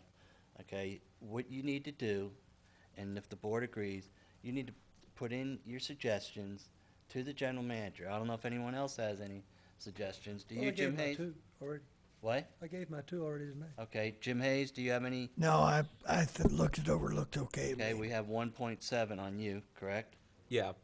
My bigger thing is this, what I don't want to do is to get and I apologize, I should have brought this to Shane, but I don't like necessarily just rehashing all this in a meeting because then people aren't prepared to address it and we end up just pushing it. And I'm guilty as charged for 1.7, so I'll take my mea culpa. But let's get this done outside of here so we get something and improve it and not spend hours and hours going 2.3.4.7.6. Lil Johnny said this and Lil Billy said that, and let's reconcile this. Not a good use of time. Okay, back to what I was saying. Jim Hayes doesn't have anything. Jim Thomas said his piece. You have 1.7. Yeah, I'll send any comments I have to Shane. I don't have anything, so it's down to Director Rose and the GM to whatever suggestions Director Rose has. He can put it in writing, redline it, bring it back to the full board. Next meeting, we can either adopt it, change it, whatever, but next month, it's gonna get approved. You know, one way or another, approved or denied, or something's gonna happen that isn't gonna carry over to the next month, okay? Everybody all right with that? So the only people that say they have a problem is 1.7 on Director Wilson and whatever you have. Can I, Okay. Can I suggest that any directors with comments regarding the draft forward those to Shane? To the extent he feels it's necessary to consult with legal counsel, he can do so. But that way we can endeavor to have as substantially complete of a document or draft as possible prior to your next meeting. I like that. That's fine. Okay, so everybody understand that? Anyone have any problem with that? Can I just ask one question? Shane, the two things I've already brought up, can I consider that that has already been given to you? Yes. Yes. Okay. Do we need a motion for that, or just direction? I take it as direction. Okay. Okay. You have a motion on the floor now. That's right. Thank you very much from the audience, Mr. Mayor. Okay. We have a motion by Jim Hayes. It was so long ago, I forgot. Was it ever seconded? Yes, by Director Carr. Excuse me? Oh, By you Director seconded Carr. it. Kevin seconded it. Right. Okay. Would you like to withdraw that motion? Fine with you, Kevin? Yeah, that's fine with me. Do we have to Okay. vote on it, or? I'll withdraw the motion. Okay, I accept it. We're good, Tony? Yes, sir. We're good, Paul? Yes, Okay. that was a good catch. Yeah, thank you from the back row there. Okay, we're on 10, discussion possible action regarding stipend for management staff for period of August 26th, 2016 through February 19th, 2017. Paul? Sure. Okay, so the Texas Constitution, Article 3, Section 53, speaks to this, and it talks about there cannot be that a municipal agency has no governmental has no authority to issue any kind of pay retroactively. And there are specific case law and attorney general opinions that have fleshed that out more specifically. And based on all of that, whether you want to call it a bonus, a stipend, whatever name you're going to give it, it doesn't matter, because it's still some type of additional money that's being given to your employees. The only way you can do that and be in compliance with the Texas Constitution is, one, there has to have already been some type of personnel policy or agreement in place before that employee started the work. So if you want to give a holiday bonus or something like that, all that's fine, as long as you got a personnel policy that in place at the beginning of the year. And then also, the only other way you can do that is if it's some part of a contract or agreement specifically with that employee. So what we're talking about here is, and I understand it, I get it. We had a period of time where we did not have a general manager in place, and so there was additional staff duties that were picked up by the staff, and so the talk as far as, well, let's make some compensation to the staff for the additional work that they picked up for those period of, 4 or 5 months. I think it's well intentioned. However, I think that if you go that route, that you're not in compliance because there is with the Texas Constitution, because there is not a policy that I'm aware of that was in place beforehand. So to do this retroactively, I do not recommend it.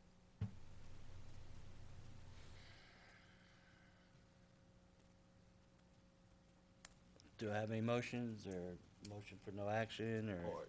Any nothing? comment? I apologize. Do we have any comments from the staff? What about a merit increase?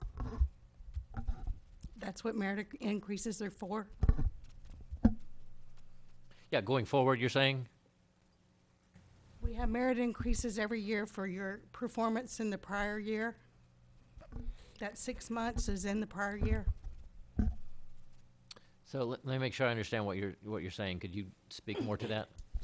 Okay, what I'm stating is merit increases are given to staff based on performance in the current year. Right, but the merit increase would start going forward. It doesn't apply retroactively, No, we correct? have merit increases that we evaluate employees the first part of April based on their performance up to that point in the year. It's not retro. So that's It's just all my, re- it's that's all my retro. 2 cents. When you give a merit appraisal, it's all retro. It's what you can't look ahead. You have to look behind. No, but I mean the additional dollars is in the future, not in the past. Well, yeah, that's the nature of merit increases. The dollars are always going to be in the future for something that the employee did in the past. There's nothing that prevents you from doing a merit increase. Yeah, well, Yeah. that's what she's asking. Yes, yes, you can do a merit increase, yes. Let me ask a question about the merit increase. Does the merit increase become, by definition, part of a permanent salary, or can it be a merit increase for a certain time period? Merit increases have always been part of the salary. But it would It's be not like a stipend where it just is a one-time So payment. evaluations have been complete, and during the budget process, you look forward with, depending on where you fall in the evaluation, then there's a monetary value put together for a merit increase that encompasses the upcoming year based on the last year's performance. And that's a budgeted item. I don't want to speak for you. Are you asking for an additional merit on top of a merit-based, An an additional merit. additional merit based on this timeframe? Yes. Okay, that's what I wanted to That is relay. because- An additional merit on top of regular duty merit. You can do that. I want to make clear is you cannot make any retroactive pay increase or retroactive bonus. That's what we're talking about. Would you like to finish? I'm sorry, it seemed like you were about to say something Okay, else. what I was gonna say is merit increases are budgeted every year for the coming year. Our merit increases were budgeted, but that merit increase was based on a normal year. 6 months of the management team performing above and beyond is not a normal year. So, yes, Well, again, I that- am asking for a merit Well, increase. Again, additional. that would be considered in your merit increase. You know, that would be, if it's above and beyond, when someone does a review, they would bump you up a little bit higher than normal because you did above and beyond duties. I think what she's saying is that didn't occur. Am I? Right. She's saying, I didn't do, I mean. no, Yeah. we're not saying it's Yeah. your fault. I mean, I'll blame you for something else I later. know, yeah, But, okay. but she's saying it didn't occur. And so she's asking, so is it a matter of the funds were not available to do it? And the board needs to make more funds available to put toward merit? Because it seems like that's something the general manager should be able to do if it's budgeted without coming to the board. Okay, Mike. But here again, I'm sorry to interrupt, is what's being asked for, and I just want to make this clear. There was a budgeted amount for a merit increase, okay? The evaluations were given, and that merit increase encompassed the year. Is what's being asked is an additional merit increase based on that 6 months that would go forward continuously. So it would be 2 merit increases. And it's continuous, not for the 6-month It's period. continuous, right. And I just wanted to make that clear, that this is Well- an additional merit increase above the regular yearly merit increase. Okay, Can- I just have a question of council before going further. The agenda item was earmarked for a stipend from August to February. Are we venturing off that because now we're talking about merit and reviews, or is it still on a path? I think you're getting off topic. I think it's better to that's bring what I this thought. back on a separate agenda item, where we're no longer under the agenda item that talks about a stipend specifically for past performer or past time. Okay. So, Kevin, you got a mic. You have a mic. Mike? Okay, for us managers, every year for our merit increase, we are reviewed by the general manager. For 6 months of that time, we didn't have a general manager. For our merit increases this year, we had a brand new general manager that was not even with us for the previous year. So I think what was budgeted and for the work that we did and everything, it was probably not enough.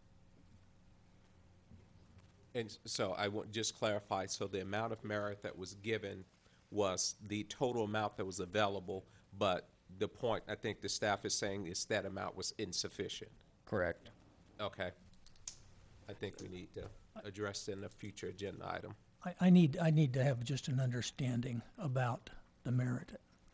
If I give an employee a merit increase, may I later, at a later date, take that away? Legally, you may do so. You may lose your employee if you do so. Okay, we're back Okay, to talking about thanks. merits again, so. Okay, I just wanted to, Yeah, that's why I let you talk, answer the question. yeah, thanks. Okay, so we can't Take take no any action. action on this. Does everyone agree, no action on this? Okay. We'll just move on, no action. And then on future agenda, if, Shane, you want to bring back the M word? Yeah, Okay. at the next meeting. Yeah. Okay, 11, consider and take appropriate action regarding the April 2017 combined financials and variance report. A, combined financials, B, variance report. We got 3 minutes. I had a couple items, but I'm gonna put them off till next month, looking at the clock. Okay, so you don't want to, No, I'll cover them next month. okay. So, no, we're going to table that one, correct? Yeah. Anyone You have do any, not want to approve either. excuse me? I'm asking Jim, does he? Oh, yeah, I'd say let's approve them. What I have to say is, some accounts that I had never seen before, but I don't want to get any deeper into it now than that. I'll talk with that. I think we ought to approve the financials and the variance report. I make a motion to approve those two. For April 2017? Yeah. Okay. I have a motion to approve April 2017 combined financials and variance report. Do I have a second? I'll second it. Okay, we have a second by Director Thomas. Any further discussion? I see none. All in favor, show of hands. All opposed, none, passes. Okay, 12, consider and take appropriate action regarding renewal of TDPES permit number WQ0011593001, docket number 2017-0567-MWD. That got delayed, didn't it?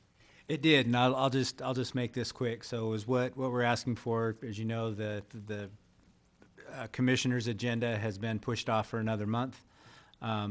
We have responded to the request for the consent hearing. Very good response. The two things that I'm asking for board approval is for Tony to be able to attend the meeting with me, just as the legal aspect. And then I have also had 2 directors, and according to the current ethics policy, the board needs to give directions on the 2 directors attending the meeting. That could possibly change since the meeting has been put off for another month. This was put together before we knew that it was changed. But here again, if the 2 directors would like to go, I'm asking, and I can bring that back next month because our meeting will be before July 7th. So. Are you going to be here, Jim, for July 7th? Weren't you one of the directors that wanted to go? Right. And the only issue is my birthday is July 6th, which is the day he wants to go down, so it could be a problem for me. You'll have that birthday. You have one every year. So do you want to, or just wait till the next meeting and see if you can? Can we just approve a motion that authorizes 2 directors Yeah. to go? So Go we ahead, don't make have it. to- Yeah. Make I a make a motion that Tony Corbett. and any 2 directors can go down and accompany the general manager if they so choose to participate in this hearing. A second. And that's for the permit renewal, correct? Yes, for the permit. Okay. That'll work. Okay, we have a motion Well, first, any discussion? I see none. Okay. Show of hands, all in favor? Okay, opposed, none, passes. Second. I second. Carr. I remember that. I second it. Okay, 13, consider and take appropriate action regarding the duties of public officer Greg Wilson as they relate to incompatibility with another public office. It's funny you just talked about this. Yeah. Do you want an AG opinion or My, not? my thing would be this. Well, ultimately, I want this done with. I don't want to see it on another agenda item. So I would like to direct Tony Corbett, according to what Jim Thomas said, that if the town who's come back and said they don't see an issue with accountability agrees with the MUD legal counsel, if they agree that neither one of them see a issue with incompatibility, the issue dies.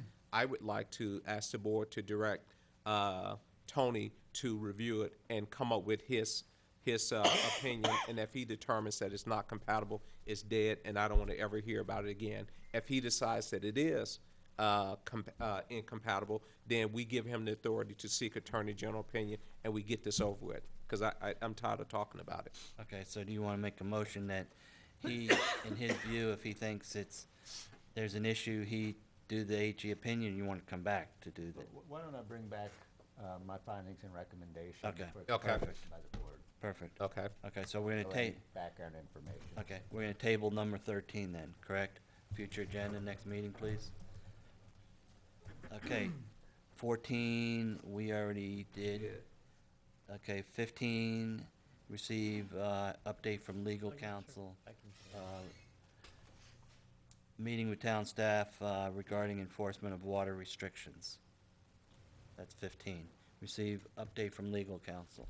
Oh, okay. That's you, Paul. Yes, yeah,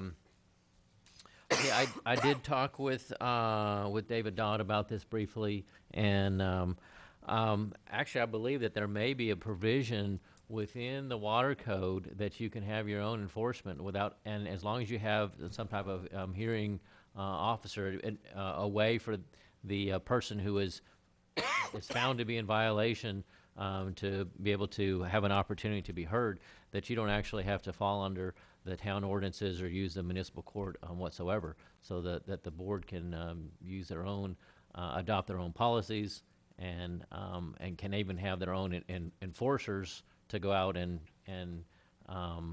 see violations, and then if a person wants to oppose that there was a violation, as long as you have a hearing officer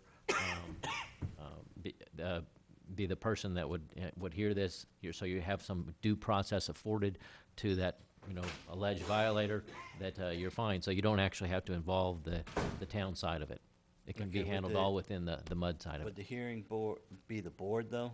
No, it should really be just one person, and probably be your general manager. Well, and I actually think that in our ordinance now, it don't is, have ordinance. I'm sorry, in our rate order, in that section, it does come to the board. Board, yeah, it specifies board. Yeah, okay. Shane, when you Do- get a report that something is firing wrong, what do you do? Well, what I have seen in the past, I've only received a couple. So, and it's been way after the fact, and we can't respond to it. So, one thing, if I'm getting reports on after hours, I have to make the judgment, is it worth it to pay our on-call guy the on-call fees and the overtime to go out and see if he can take some pictures of a violation? Otherwise, if things are being caught, timestamps on photos, just the documentation to be able to bring, here's the violation and the backup So, documentation for it. If someone's gonna do it, timestamp, Need- house number. Absolutely. And sprinklers running or something, or Yes. whatever the violation. Well, listen, I asked that question because I'm not Coming necessarily, up- I'm not coming up necessarily, here today, that Brookshire. I'm not necessarily looking for penalty. I mean, I had two things that I sent you a text on, and that one was watering on Monday, which is, you can't do that. And the other one was watering at 12 noon on a Wednesday, and you can't do that. And I think in both cases, probably the controller got fouled up. I mean, it happens all the time with electrical surges. And I was If just we- interested, if- wait a if- minute, I was if- just interested in the if- homeowner if- being if- notified if- so they if- could fix their controller. If we could do that, I mean, there are steps to notify that when they are caught. So if we actually have those, if we're not there and somebody were to send that in, if we had a picture, a timestamp, the house number, then we could address it and figure out the reason why. But without just receiving a text that, hey, my neighbor's watering on my off day, hard for me to send somebody out there to try to catch that, depending on what time it happens. And we could have other issues. So if somebody wanted to do that, like I said, we need the documentation. We need the backup. Timestamp, pictures. So, an email to you? An email to me or something with that. If you have those pictures, then even after the fact, we can at least address it because we have documentation of when this occurred. Well, I would suggest you set up a separate email for residents to, send their pictures to and. Or I can.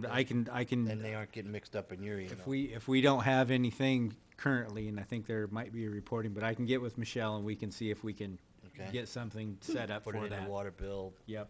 Thing saying. We have one currently. Yeah, I was about to say. That's what I thought. I thought we my had understanding one. There was already one in existence. And I have not received anything. And I don't think. What is that email? I think it's water wasters is what it is. Water wasters? Yeah. Did you publish that? Okay. that? We can get that out. Okay. Anything else? No. Okay. 16, general manager monthly reports and updates. You don't have to do all of them if there's nothing there. Just the biggest one, just to point this out, the Wise Guys program looks like it is finally complete and will go live on Friday. We will roll that out to the top 500 users with a mailer. We have worked with the Wise Guys. We have a website set up. The shape files are complete. Everything's been tested. Looks like it should work. So again, it will be set up for the top 500 users.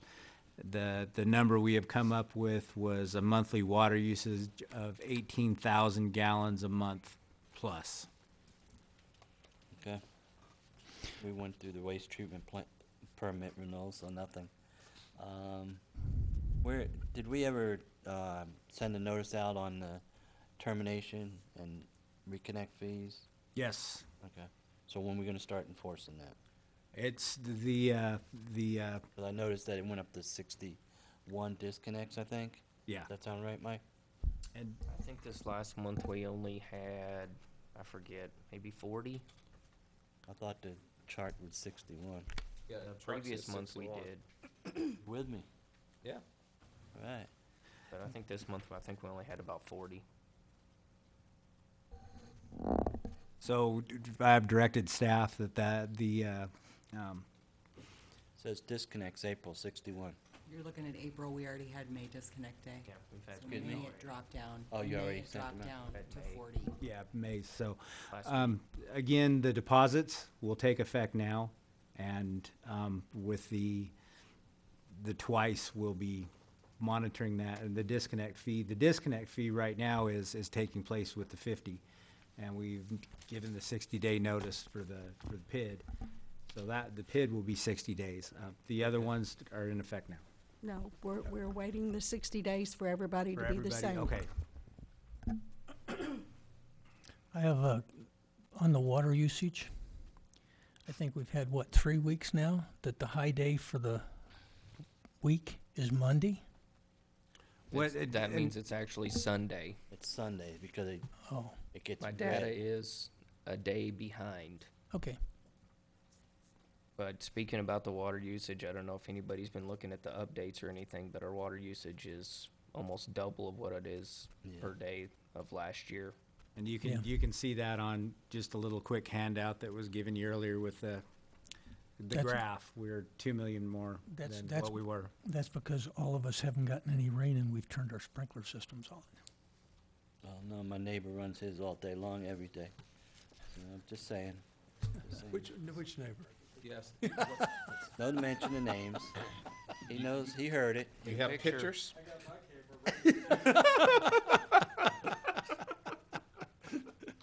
Okay, anything else? Yes, no? No, that was, Mike, you have anything? No. Carl, you still awake? No. Okay. Renee? No. Steve? Nope. Lori, you want to throw anything in there? Yeah. I think I got it. Miguel, got anything? Okay. Probably asleep. 19, items for future agenda. We mentioned them already. You made a note of the ones we mentioned, right, Lori? I'll have to go back and read through the minutes. Okay. One of them was the ethics and policy. I know. And, merit. Yeah, merit, and then, what else? Then we was- got the Samco to come back Sam- with the yeah, revenue, and then updated numbers. and then the tree survey. And then And- Tony's ruling at Greg's request.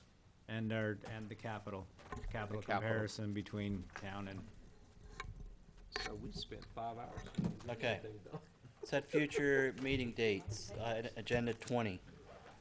Regular meeting on June 20th, 2017 at 6:30. That's And- my wife's birthday. Oh, God, get with Jim Thomas. His birthday is July 6th. Okay. Is that okay, Tony? You gonna call in, or? It's up to the board. Yeah, do you have to be present? Legally, I don't. It's just, I mean, if, it's your call. I don't have any problem with you calling in. Yeah. Yeah, as long as your cell phone doesn't go dead or something, you know. Okay. And if it's worth considering, I'm happy to discuss with Shane some type of arrangement, where perhaps I don't charge for all or part of my travel time, just to, if that's the issue. See if we can find something that works, but unless that happens in the meantime, I'll plan on not coming until requested. Do you need me at that meeting? You're gonna get with him, the only thing I see is that, Weber Cadagua thing, and, I'd be happy to attend, I'm just asking. yeah, I'll let, leave it up to Shane. We can get together, and once everything's rolled over, we can, once we get further along, see if anything's needed, so. Okay, you'll let me know. Yes. Okay. 17 hours. Okay. Anybody have anything else? I'll take a motion to adjourn. Motion to adjourn. I'll second. All in favor, show of hands. Passes, no opposed. Meeting's adjourned at 11:13 p.m.